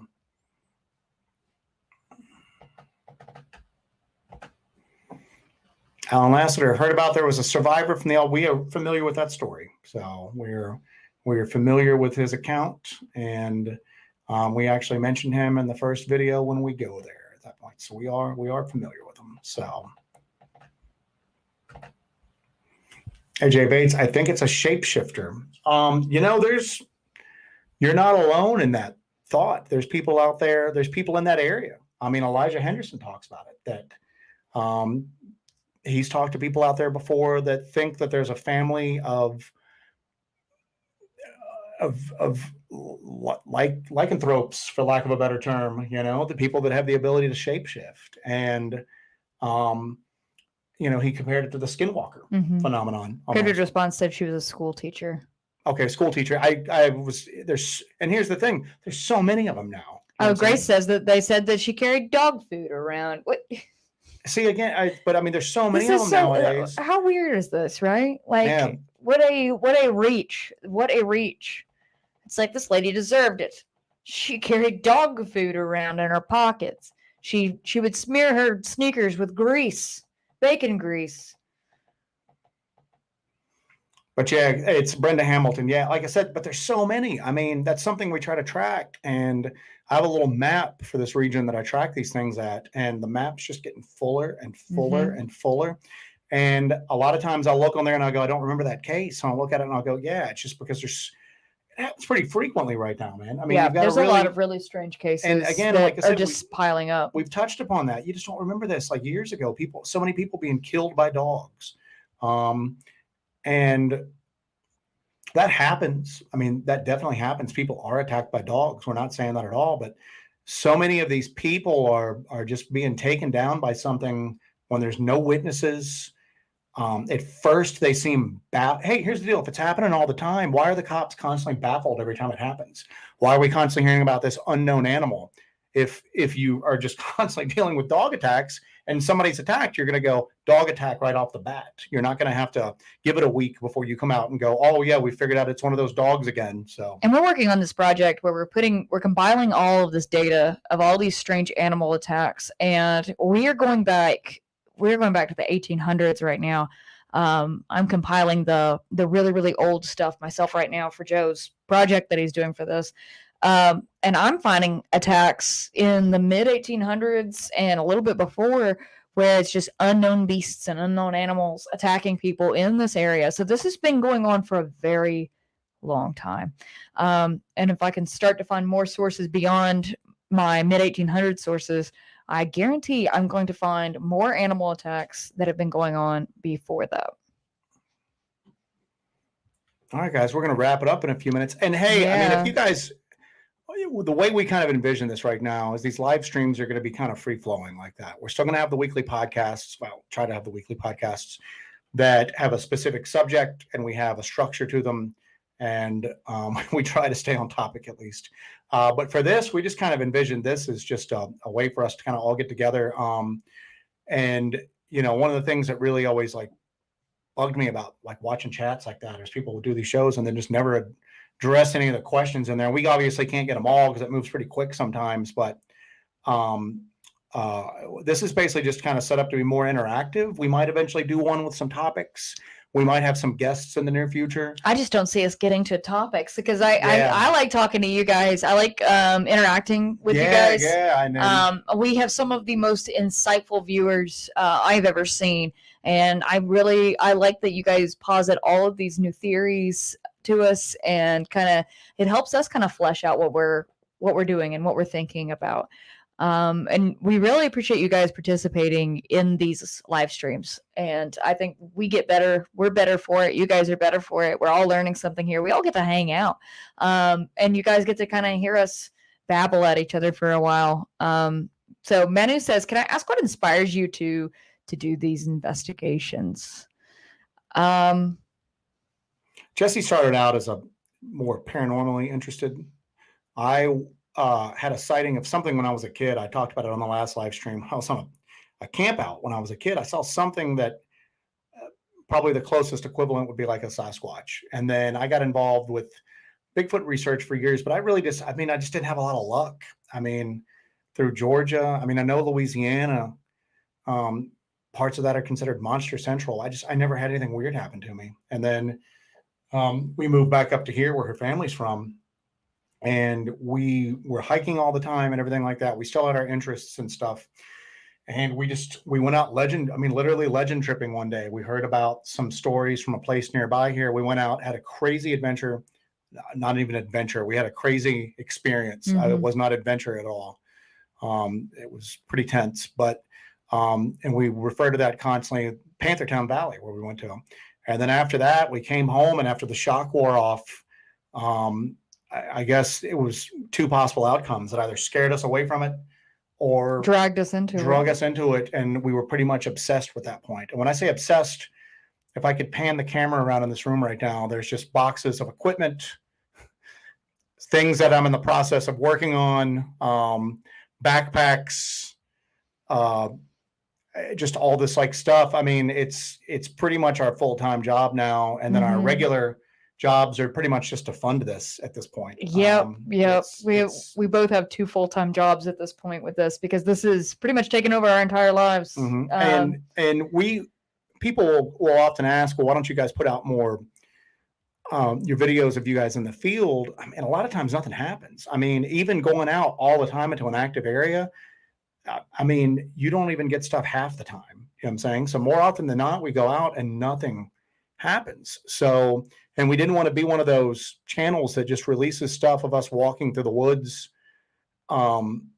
with just nothing going on. Occasionally it's interesting just for you to kind of see what we do, but just week after week, it's just not interesting. So luckily we're getting into the fall, and that's usually when activity picks up for us, at least in this region. So yeah. You may see a decrease in this format and then more of the actual field investigations coming out. Yeah, we'll see. But yeah, I guess we're gonna wrap it up here. Yeah, we're gonna wrap it up. So Martin Nunley fixed his internet and YouTube problems. So. Martin Nunley's, there's something going on with all of us with this tech stuff, man. He's back from YouTube detention. So yeah, we for our channel, when we did the Infrasound and Oz Factor video, a bunch of people got unsubscribed from that. Make sure that you like this video. First of all, like this live stream and this video. Second of all, you need to check your subscriptions. Make sure you are subscribed to our YouTube channel, to Hellbent Holler. because some people got unsubscribed against their will. And make sure your notifications are on. I had a couple of people tell me earlier that they never got a notification about the live stream or about anything. So there was something about our last video that I guess rubbed somebody the People wrong were way. commenting, and then people were commenting, and then it wouldn't go through. They thought we were deleting it. We couldn't respond. It would take me 3 or 4 tries to try to get a response to go through, because we usually like to respond to 99% of the comments. I try to respond immediately to everybody, and it was just messing up and over it was and just over. crazy. And then we had computer problems, so it's weird that Barton's having pretty similar type stuff to that now. So yep. All right, guys. We're gonna wrap it up. We did it again. We went 3 hours. Oh, you want to take an extra 9 minutes? You still got over 100 people in here. Yeah, so we can keep it an extra 9 minutes. Let's do it. Hey, all right, guys. Oh, it's like Todd Hall. Let's do this. Todd Hall. Glad to see a Pelzer P.O. box. I grew up in Pelzer and I loved it. I hope it's still a great town. Todd Hall, are you familiar with the Pelzer conspiracy? Oh my God. And if so, could you comment just yes or no whether you're familiar with the Pelzer conspiracy? It is weird. It's Looney Tunes. I'll give a little hint at this. When we first moved here, I was looking to see what congressional district we were in. So I typed into Google Pelzer, Pelzer, CON, and the second thing that Google suggested was Pelzer conspiracy. And I went, well, I'm looking for a congressman, but I'll take a conspiracy. I'll take a conspiracy. And we fell down a rabbit hole of cult activity, child abduction rings, human trafficking. It's crazy. It's absolutely crazy. All sorts of stuff. There was a series of videos people were releasing that one person was supposedly involved in this child abducting cult, and now he was trying to bring it all to light. So he was releasing these videos in code, and Jessi and I are running around at 3 o'clock in the morning going to check out GPS coordinates that people are feeding us that are breaking these codes. It was absolute insanity. It was absolute insanity. And then at one point, I'm like in a restaurant, like a local restaurant, was supposedly owned by somebody that was running one of these abduction rings. And Joe didn't answer his phone because I was trying to talk to him the whole time. So I called a friend of mine in California, and I was like, "Listen, just stay on the phone with me. You can't do anything, but if they try to abduct me."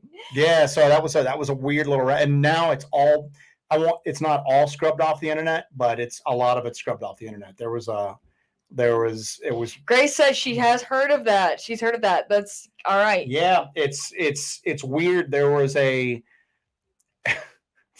were running around in the middle of nowhere at night going to GPS coordinates that were supposedly linked to this child trafficking cult. They were tied in with the Finders cult, if you're familiar with that. Yeah. And it was exceptionally elaborate. And we were having people who were off of 4chan, who were like code breakers, who were contacting us constantly. We were like in just constant communication with them, like real-time communication. They would feed us like GPS coordinates to go to, and we would let them know when we were going and what we found, and just it was weird. It was crazy. We're like taking photos and trying to like show them where we're at. It was weird, and then we kept finding these. We kept finding the symbol spray painted in all of these locations we kept going to that we were like being given by these guys breaking the codes for the coordinates to get us there. So we kept finding the symbol. And then what's weird is I mentioned before that my friend Katie and I are working on a series where we do like Estes sessions, and we're trying to do contact with spirits.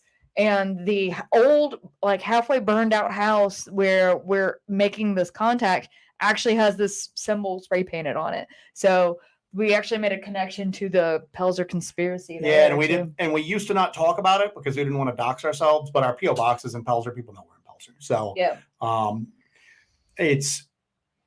but it was weird. It was weird, and so think about what we do right now. We go out into the woods and the mountains by ourselves at night, and we can do that. But we figured that this was going a little too deep and dark because at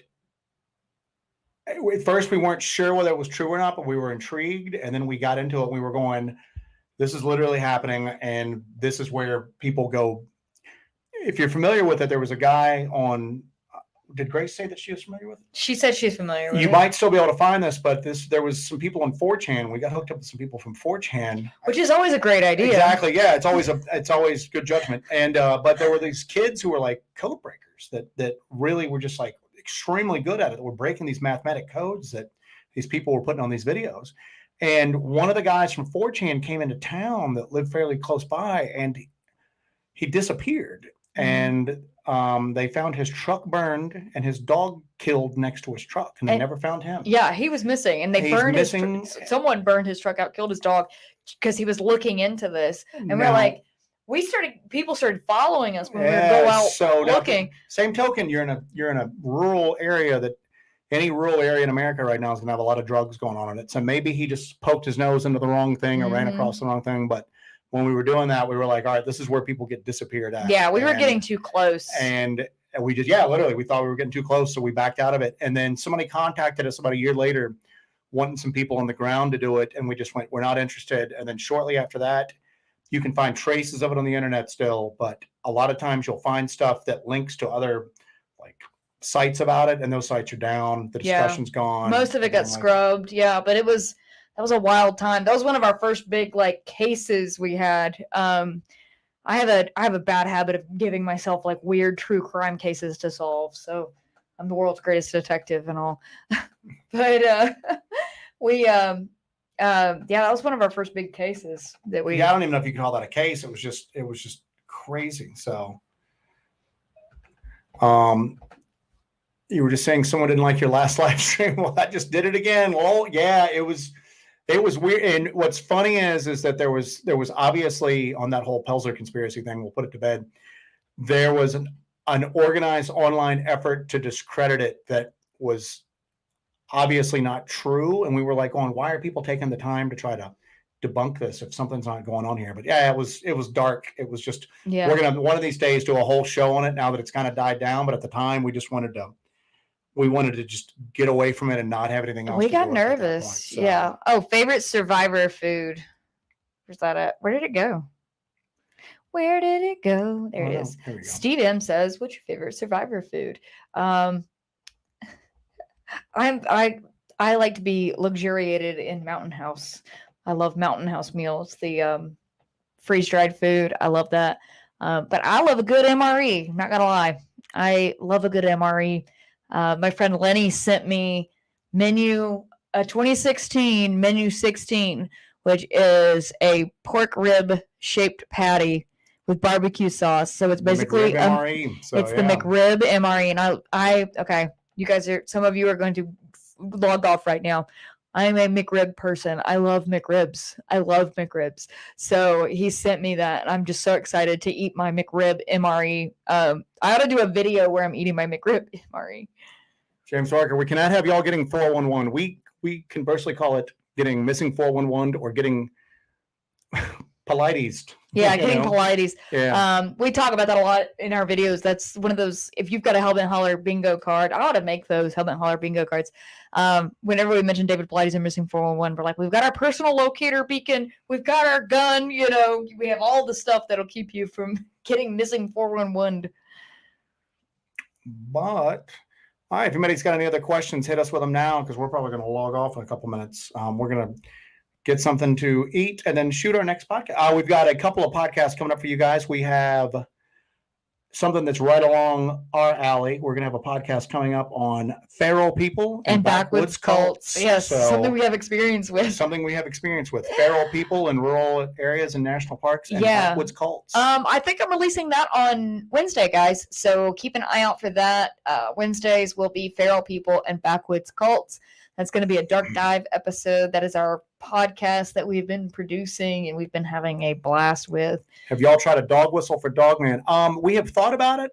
Now the Hendersons, Elijah and them took a dog whistle in and actually had something respond to them. Seemed like they got some sort of response. I've been toying around with the idea about trying to get one of those ultrasonic like dog and pest deterrent things and see if I can amp it up some.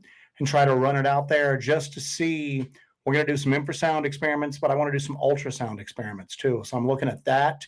And then I'm looking at some of the bat box technology, which allows people that are observing bats to turn bat, like ultrasonic bat, song, noise, whatever, that's not audible. It turns it into audible tones. So I'm looking at that as well. So what we're trying to do is taking some of the existing technology that kind of touches upon some of the stuff that's usually associated with these creatures and see if we can try to do it to try to get some data, try to see what works, what doesn't work. So Yep. we're always getting kind of Mr. Wizard with it. So James Barker, Jessi, pull out an Essie. I don't have an Essie. All I have today is here we go. I'm a Microtech. So that's what I'm carrying right now is a Microtech. It's a Microtech Hera. all right, guys. Well, we hit 11 o'clock. We went 3 hours. We were going to go. I know. We said we were going to go 2, and look at us. We went 11. For the near future, we're going to keep doing this. If you guys end up with any questions or anything you even want to discuss with us. And always, again, guys, thank you so much. Thank you guys for those super chats. Those people we that really appreciate it. So. We really appreciate those super chats. You have no idea. We really appreciate that. That is all going right back into equipment and everything. Everything funds the hunt. Everything that you guys throw in the old coffer goes to fund the hunt. We really appreciate it. They're never expected, but damn, we appreciate them. We work our regular jobs to be able to fund this, and so that. And that way we can kind of, I don't know, keep ourselves true to the investigation. I mean, obviously, if your rent is dependent upon your YouTube comment, you might be tempted to, at least as far as field investigations go. So we try to make sure that we don't really ask for stuff like that, but it's really appreciated. Yep, really, it's always really appreciated. So heck yes. All right, guys. We're gonna call it a day. We really appreciate you joining us. Make sure that you look, Grace. Yes, thank you, Grace. Throw that up there. Thank you, girl. Appreciate you. Thank you guys so much. As usual, make sure you turn on your notifications because I have a new episode of Dark Dive coming out on Wednesday. Feral people and backwoods cults. So you guys stay tuned for that. We go on for that. Let's go for us. Thumbs up. No, I can't. I'm out. This is bone dry. Actually going to regroup and then shoot a podcast. So the following podcast, you'll see the same clothing, and we're going to do a podcast on what does the government know about cryptids. Yeah. So we've got a little dark dive into that as well. So anyway, guys, we're going to be signing off. We really appreciate it. I mean, again, we're happy if 20 people show up for this, and we have a constant stream of people on here. You guys are awesome. We really appreciate you. Yeah, we really appreciate it. So love it. All right, guys, we're going to end the broadcast. So you guys have a great night. Make sure you like, share, subscribe, turn on your notifications, all that stuff. Make sure you hit the like button on this video. We need those likes, guys. Blue Cruise, thank you, sir. Appreciate you. That is badass, brother. All right, guys, we're gonna wrap it up, and we'll probably do this again Monday. We'll probably do this again next Monday. Now when I get back, I'm getting back Sunday. Yeah, okay, all right, because I'm doing my wilderness first aid this weekend, so it's gonna be a long one. But yeah. So next Monday, we're definitely doing another live stream because this is so much fun. We love it. We appreciate you guys. You guys are badass and awesome. We love y'all. Keep an eye out for the next Hellbent Holler Dark Dive episode on Wednesday. And thank you for watching. Appreciate y'all. Night, guys. Night. Now I'm going to take this and I'm going to move this.